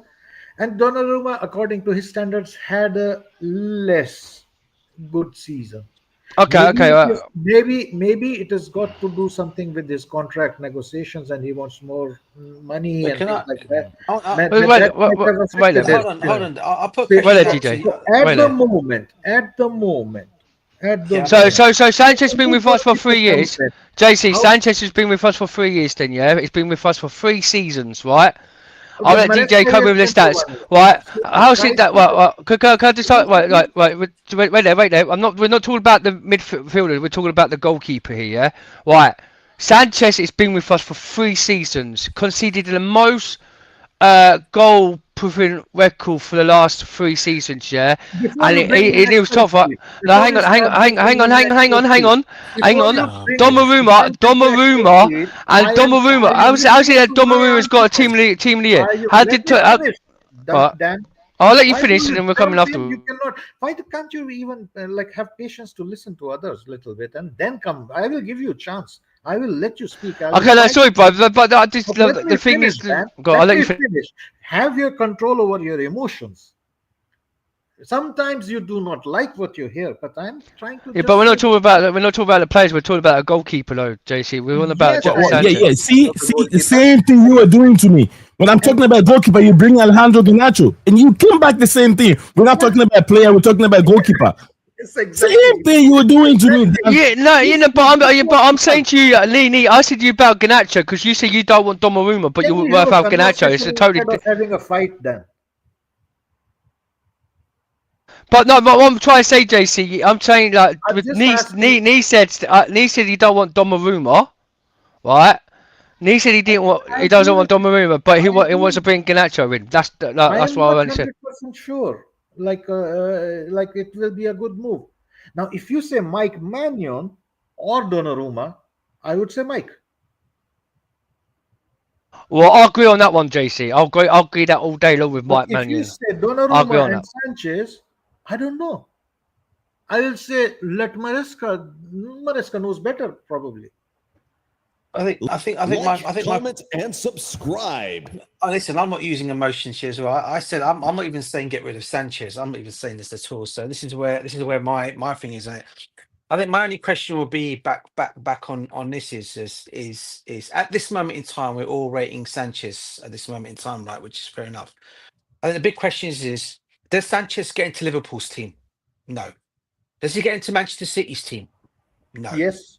Does Yes. he get into? No way. I don't think. No I way. don't think he does. Yeah, That's why they're going. Edison That's is bad. so- Edison is bad. Shall I tell you why, JC? Because Manchester City are also looking at Donnarumma as well. Yeah, okay. 100%. So all I'm basically saying is, in all the argument, all I'm basically saying is that I'm not knocking. Sanchez had an excellent Club World Cup. I'm not knocking this kid, right? I know he had an excellent Club World Cup here for us, right? He was excellent towards the end of the season, and this is why I'm giving his praise and his flowers. Yeah, excellent shot stopper. All right, I'm not denying that. I'm not saying he's not. But do I think we can go 65? I know there'll be different. I know there'll be times when Jorgensen comes in, but let's talk about the Premiership and the Champions League, right? Do I think and do I trust that Sanchez can be our goalkeeper for the whole of the Premiership season and for the whole of the Champions League season? very much. While you give Jorgensen all the cup competitions such as the FA Cup and the Carling Cup, right? Can I trust him to be our goalkeeper in all these for the Premiership and the Prem? That's somewhere I can't. Thank you very much. And that is probably what I feel I worry, because as much as our defense is going to be great, which they are going to be, there'll be times when our defense will get caught out on the back will get caught out. Will Sanchez be good enough to save the shots to come at him, or will he make a mistake, or will he start passing the ball to the opposition players as he's been doing for the last past seasons? That's my only concerns with him, because don't forget, next season, guys, it's getting serious. Okay, not only am I expecting us to challenge up there for the Premiership next season, I'm also expecting us to go quite far in the Champions League. Okay, all right, because of what we did in the Club World Cup. And we need players generally around the whole team that is excellent. The whole squad needs to be an excellent squad. And I'm not saying, again, Sanchez is crap. I think he's a good goalkeeper. I'm not denying that. I'd love him to stay as a number 2 over even Jorgensen, right? I'll keep him as a number 2. But do I think, can I go for the whole season for him being a number 1? Probably not. Okay. That's Well, Jason, that's fine, Jake. let me jump in real quick. Let me jump in. Just hang on, Nini. Dan, You could jump in. just be quiet. I'll just Dan, type who's got a best save I've percentage. been quiet here. Oh my god! I just want to say about the save percentage. I've just typed here who's had the better save percentage from last season from Sanchez and Donnarumma, and guess who had the better save percentage over the games from last season? Listen, I'll tell you answer that. It's Donnarumma. Donnarumma had a better save percentages than over Sanchez, and they still had the same games. You can't still get me that comparison. That comparison doesn't work. Mouth in a different perspective. Now let me explain your Excel sheet. That's a different league, a farmers league. Yeah, you can't compare that. Make that comparison. And in that league, Petrovic outperformed Donnarumma, and in English Premier League, Sanchez was top, number 1. No, he wasn't. It was Alisson. No, it wasn't. It was Alisson, number 1. Look at the EPL statistics. He had the best. He had the worst. He had the worst stats. No, he didn't. He didn't. He conceded the worst goals. Yeah, in the Premier League last season from the mistakes he did. How could he be number 1? Dan, Onana took over him. Onana took over him, even though he was worse in the Man United squad. Ask the question, let the other person answer. Now, I'm putting here a disclaimer that I gave a statement which was verified based on the source of statistics of English Premier League, that the saving percentage is 76 point something is joint first Sanchez. Now, if you want to say wrong, right, now, so that we don't put out fake news here, come out with the source so that it can be done. Just don't fight. I'm just saying. Dan, I don't understand you. I always try. I'm not saying about League One. I'm saying all comps with Donnarumma had the best. Sometimes it's very difficult for me, Dan. And I always try to be very, very respectful to you. No, but you're trying to say you're making out. I'm saying League One, Donnarumma, right, my bro, Donnarumma. I'm not saying about Farmers League. He had a better percentage in all comps, not the Farmer League, the Champions League, the League One. Yeah, he had all the best percentage, including the Club World Cup. When they lost 3-0, he had the best percentage than Sanchez. It's the stats here now. The percentage of the saves, not the League One in French League. Every single comps, yeah, with Donnarumma, he had number 1 of best save percentage in every different competition. That's what I'm trying to say to you, Nee. So Donnarumma is slightly better than Sanchez. Donnarumma is better than Sanchez. The source of this information statistics. Can I look at it? Oh well, I'll send it. I was literally sending it over to Yusuf now on Twitter, and you can look at the stats. It shows you the circle. No, the big circle things. What they have, they're like yellow, red things, marks like what. It's not a Twitter thing, huh? It's some kind of a statistics, proper site statistics. It's a proper site on the goalkeeper, like they do like all goalkeeper stats and Premier League statistics. Huh? I look at the English Premier League's official site. Yeah, I do watch the England, but no, it has English has all different leagues, and it shows you the Sanchez and Donnarumma. Yeah, like already as we said, like the stats and that. Like comparing oranges with tomatoes, huh? Because differently. Yes. Like big up to what's his name, Chelsea. What he does with what he showed the video on Xavi Simons, and he had this massive big circle things, and it tells you the percentage of better things what they have, and all comps, Donnarumma had a better save percentage than Sanchez. Yeah, they are what do you do, Yusuf? Different competitions. How can you compare that? Mm-hmm. That in itself is discrediting the statistics. In my village team, the goalkeeper has better save percentages than Donnarumma. Because like look at Sanchez in all comps in Sanchez, JC, in all comps in Sanchez style, the goalkeeper has better saving percentages than Donnarumma. I hand it over to you. No, I'm done. Dan can run the show so he can end everything. Run the show, Dan. No, I'm not running the show, Bob. I'm just talking, but you're trying to make out I said League One, and I wasn't trying to say League One. I said all comps. You said, oh, Liga 1's a family. What Donnarumma did with... I didn't say Liga 1. I said all comps with Donnarumma. You know what I'm saying, bro? It's like... any day, like, we're arguing a debate over It's like you Sanchez, yeah? started with one thing and you are now flip-flopping a little bit. So No, but JC, you said like Liga 1's farmer league, but it's not actually... the goalpost.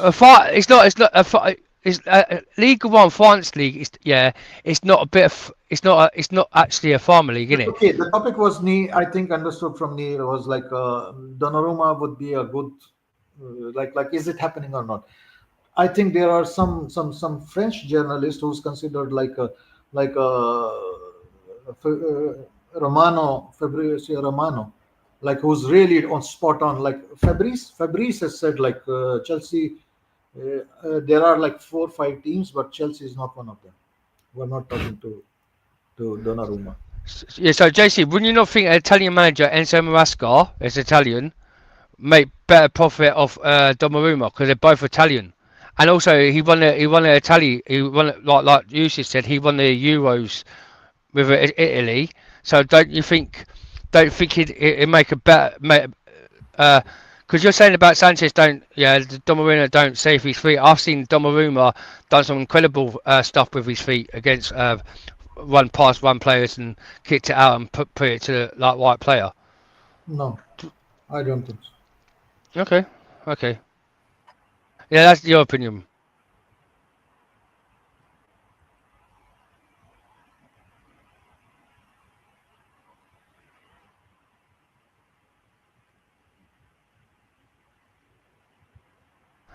Go on, Lima, bro. I'll change the subject on Donnarumma and Sanchez. Go on.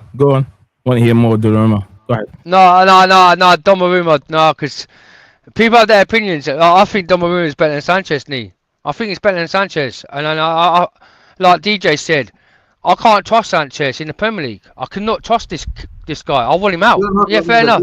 Fair enough. Yeah, but JC, fair enough. He's done. What in the last 20 games? I want him. No, substitute. I don't want him out. I will have him as a backup, but I don't want him as a number 1 goalkeeper. Can I?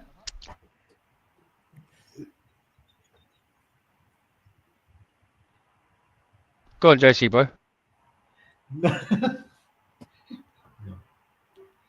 It's like it's so easy to rattle. Yeah, no, but JC, bro, do you think? I just want to know the one question for you, bro. Yeah, can you see Roberto Sanchez go be one of the best goalkeepers in the Premier League we've had for 3 seasons, and get us into the top level to be a title challenge? I don't see that happening. Don't see it happening, mate. His stats has been worse. He had the worst percentage stats last season. Everyone brought up of the mistakes he did, and 2 seasons ago as well. And honest truth, yeah, he might have had a good successful tournament. Congratulations to Sanchez. I'm not doubting he had a good game against PSG. PSG that day, yeah, we smoked him, yeah. But once it comes to the Champions League, because hopefully we do win the Champions League, because we've got hopes to win the Champions League. But the Premier League's totally atmosphere, yeah, and he makes a lot of mistakes. When we played against Arsenal last season, look how many mistakes he did against Arsenal, home and away. Look what he did at Man United. The guy, if he can prove his abilities, if he can prove his abilities since the tournament and the last games, and show his abilities this season with Sanchez, could do it. I want to see 10 games. This 10 games. If we don't get a goalkeeper in, and he starts this 10 games, and when we come back on the show, I want you two guys to say, yeah, if he makes mistakes, I want you to own up his responsibilities, because games like tournaments is a one-off. Yeah, it's a one-off tournament, right? It goes with the other in the Premier League. It's a one-off game. If he doesn't make mistakes in the last 10 games, I'll come in on the show and I'll say to you guys, I'll put my hand up. Sanchez been playing really well in the Premier League. Okay, that's what that's my say. Yeah. Okay. I'll even buy you something and all. I'll buy you two something, yeah, in then 10 games. Right, JC, I will actually, I'll say to you guys, fair play, Sanchez has been done well for the last 10 games. Yeah, he's been brilliant, yeah. And if he does, then I'll come on and I'll apologise and I'll actually buy you something. But if he doesn't, then you could apologise to me and say you're being like, we're right. We need a number one goalkeeper. Okay. No, but listen, at the end of the day, it's like what manager thinks.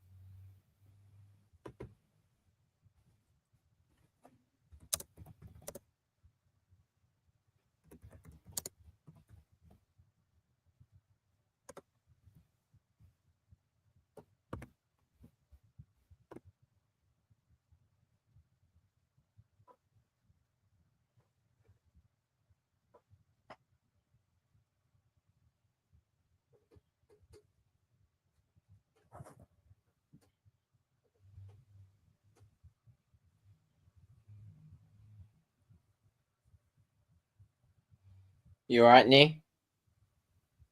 I'm here. Dan is controlling the show, not me. Oh, come on, come on, let's get back to normality here. Come on, Nee, man. Take you. Come on, bro. Come on, mate. I think we've got to. People are still listening in. People in the comments, bro. Come on.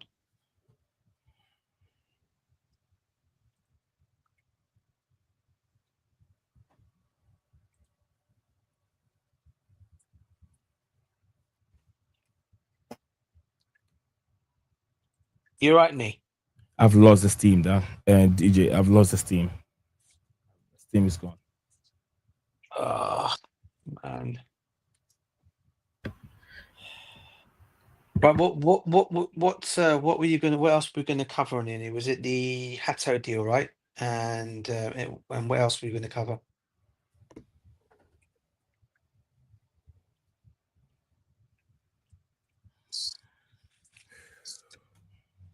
Okay, I'll stay silent.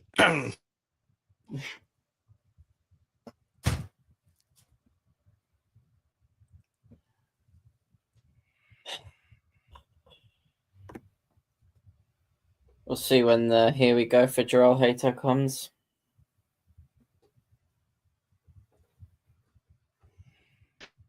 Can't you, man?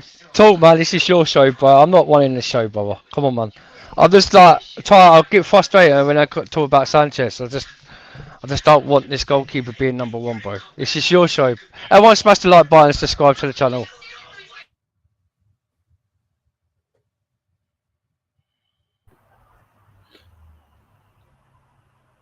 Imagine you people wound up Nee so much. Imagine what you people do to Sanchez, and he's still performing. So, but okay, it's end of the day.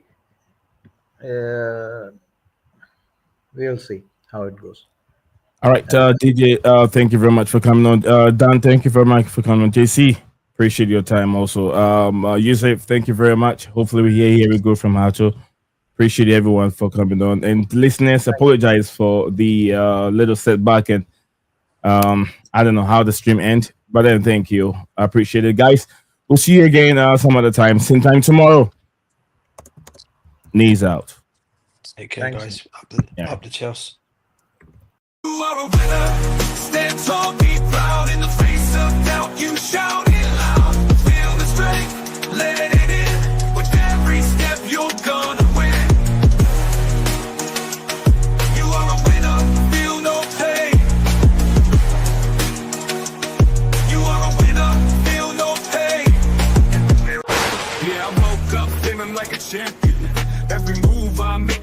stamina.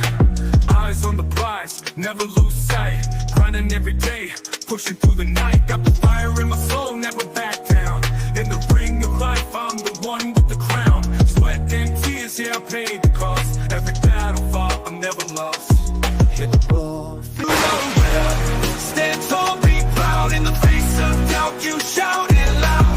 Feel the strength, let it in. With every step, you're gonna win. Every challenge met, every goal in sight. In the gym, on the grind, it's a warrior's fight. From the bottom to the top, yeah, I've been there. With the heart of a lion, I face the dare. No fear, no limits, just pure drive. In the race of life, I'm alive.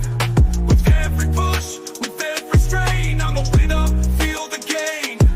Hit the floor, feel the power. In this moment, it's our hour.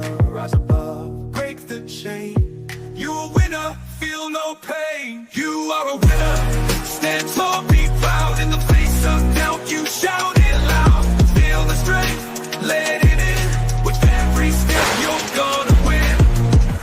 In this moment, own your name. You are a winner in this game. You are a winner, stand tall, be proud. In the face of doubt, you shout it loud. Feel the strength, let it in. With every step, you're gonna win.